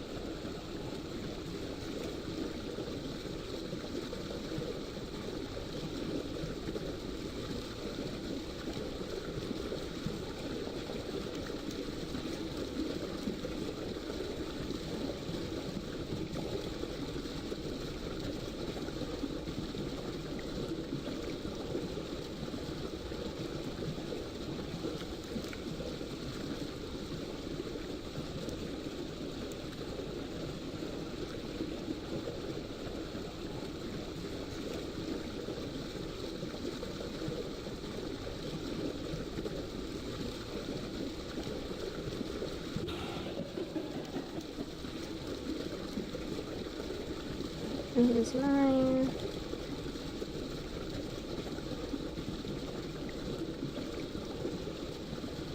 Okay.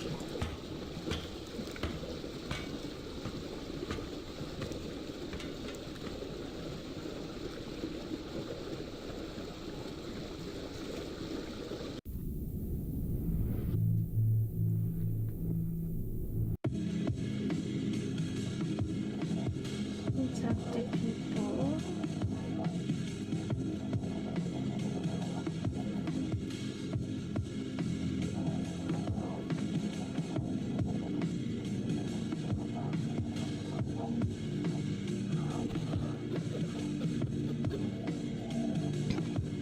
Never got to travel much, blah blah blah.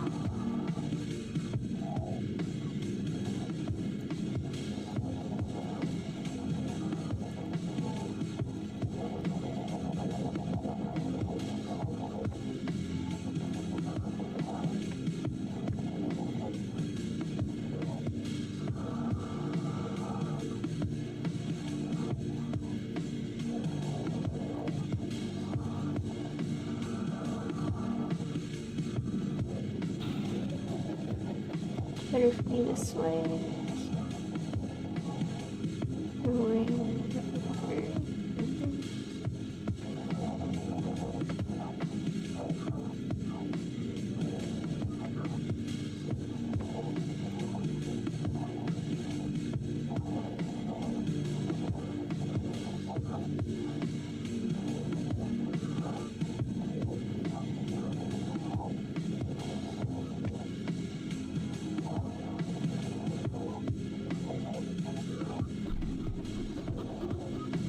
I'm from blah blah blah blah. Whoop, whoop, whoop, whoop. Stuck.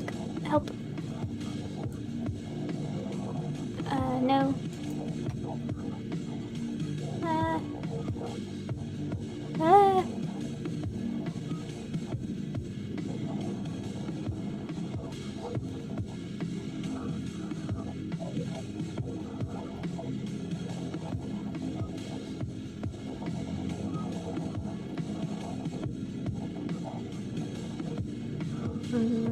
Alright.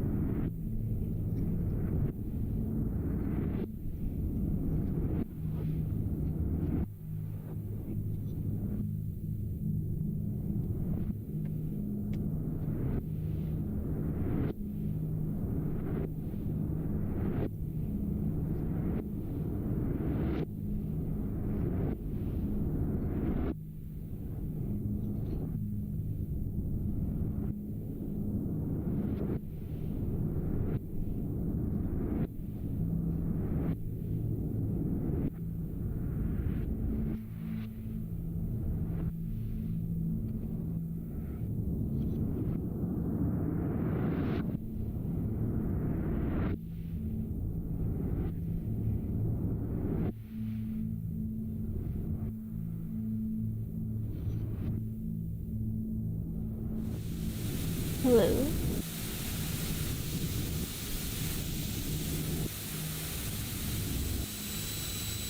Screech. Trees of the forest that made a wall secluded since burning the walls of watching. Keep the room locked forever.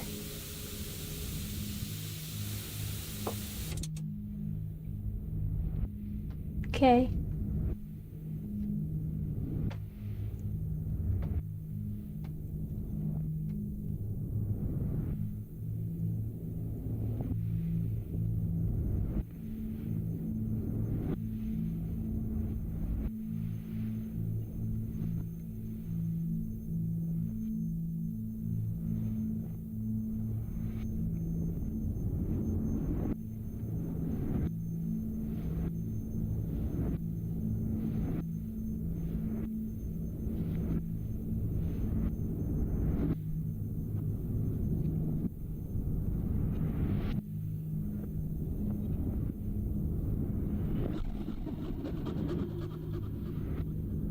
Blah, blah, blah.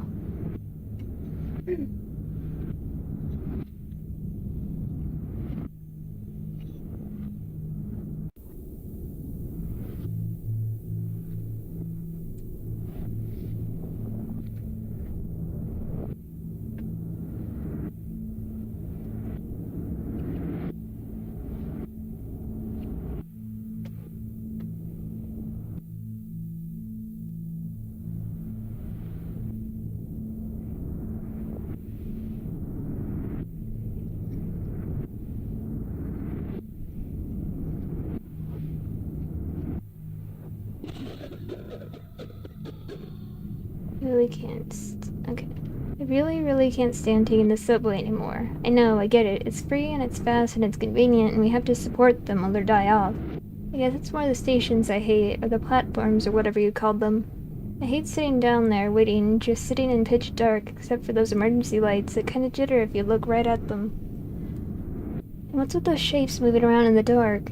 What are those even supposed to be? Hanging people? Hands? I don't know. Never been touched by one, so small mercies, I guess. But they still just make me angry. I shouldn't have to put up with that just to get from A to B. I at least wish they'd lift the noise law so I could listen to some music or something. Having to stay dead quiet makes everything so boring. I feel like I'm in a boarding school or something. Having to sit up straight and not make a sound and just listen to dark figures mill around. Ah, shit. Have you ever tried to walk a subway tunnel before the trains come, or after it's just left? That's a trip. Never get where you're going, obviously, but that's not the point. You feel something. I don't know if it's bad or good, but you sure as hell feel it. The tunnels, they sort of shiver, like the train's touch woke something up in them. If you go far enough, you'll start hearing noises from both directions, like distant screaming arguments, or old sad music. The city's organ's working if it's not too long after the dinner hour. I think I'd recommend it. It's worth doing once. Might take a friend along with you and a real long piece of string or something. Do the whole Aridnid thing, just so you don't spend hours stumbling your way back out. There's a chance the train will come, but whatever. You get smashed to a fine mist, you'll just come back tomorrow. Might leave anything fragile at home, though. Your lockets or your necklaces, those treasured keepsakes. Can't get those back. Those, the subway tunnels take and keep.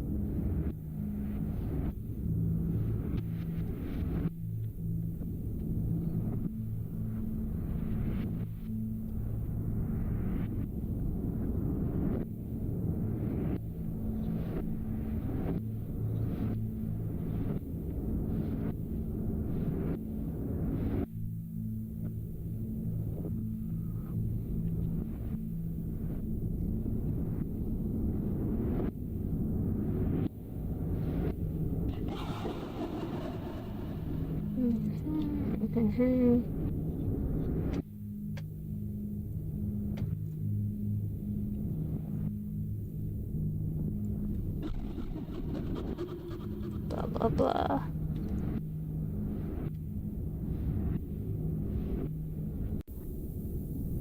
When does it end?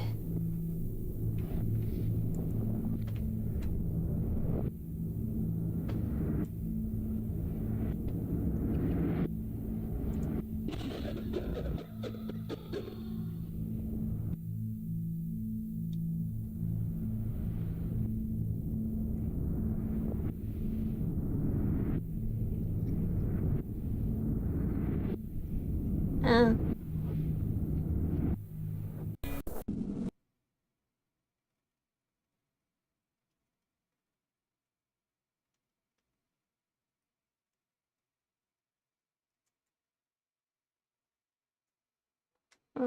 That did something.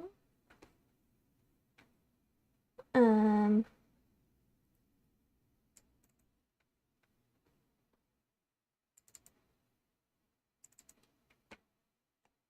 You used us up. We are angry. Come back tomorrow.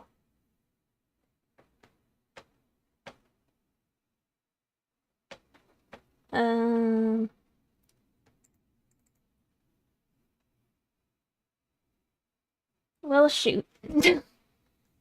I'll start over.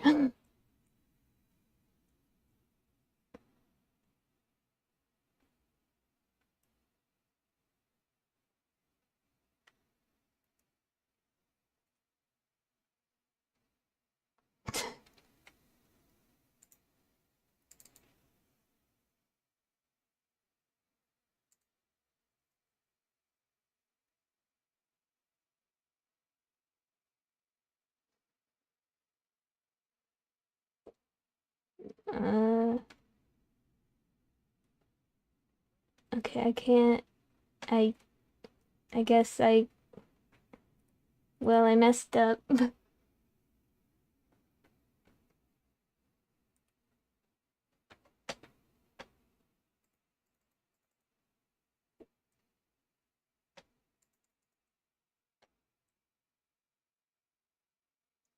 No, it's my fault. I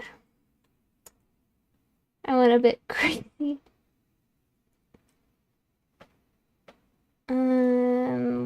Well, uh, I could try re-downloading it, maybe. I don't know.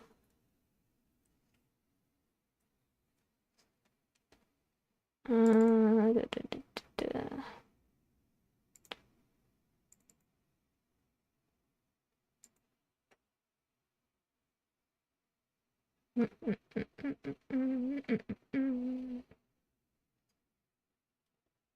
Yeah, I'm stuck.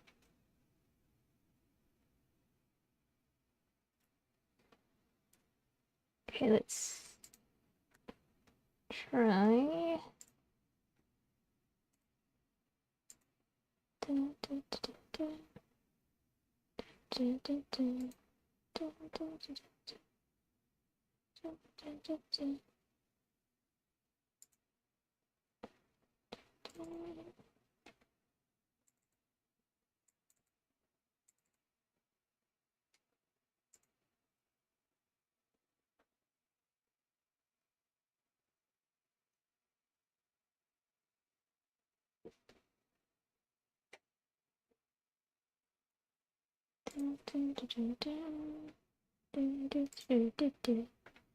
Okay, where am I? No.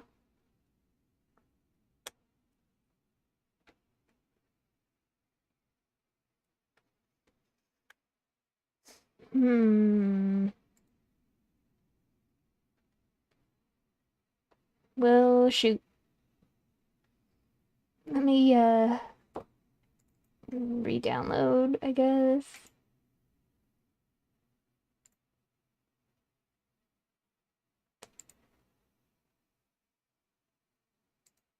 Not over this one. I'm over it, baby.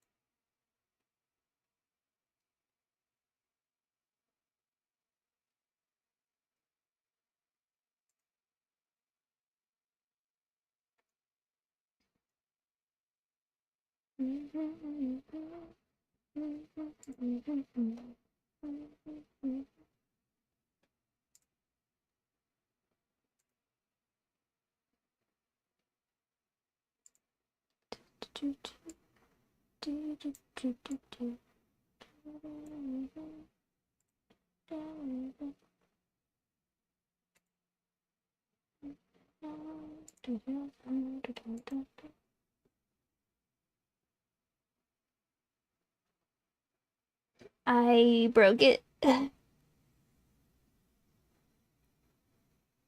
like, gosh, you restarted too many times. Now you can't play ever again.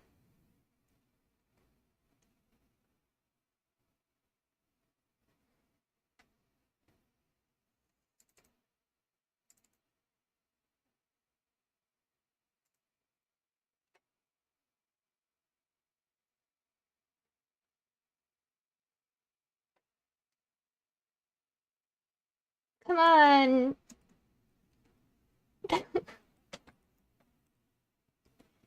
You suck.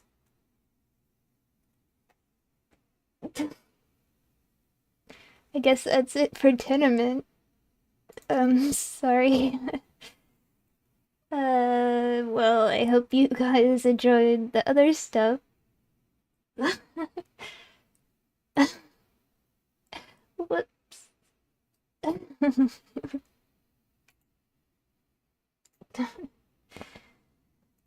I'm such a klutz. Um, I guess I'll end it here. Um, again, thank you for watching. Sorry about this. I'll catch you guys in the next one. Bye.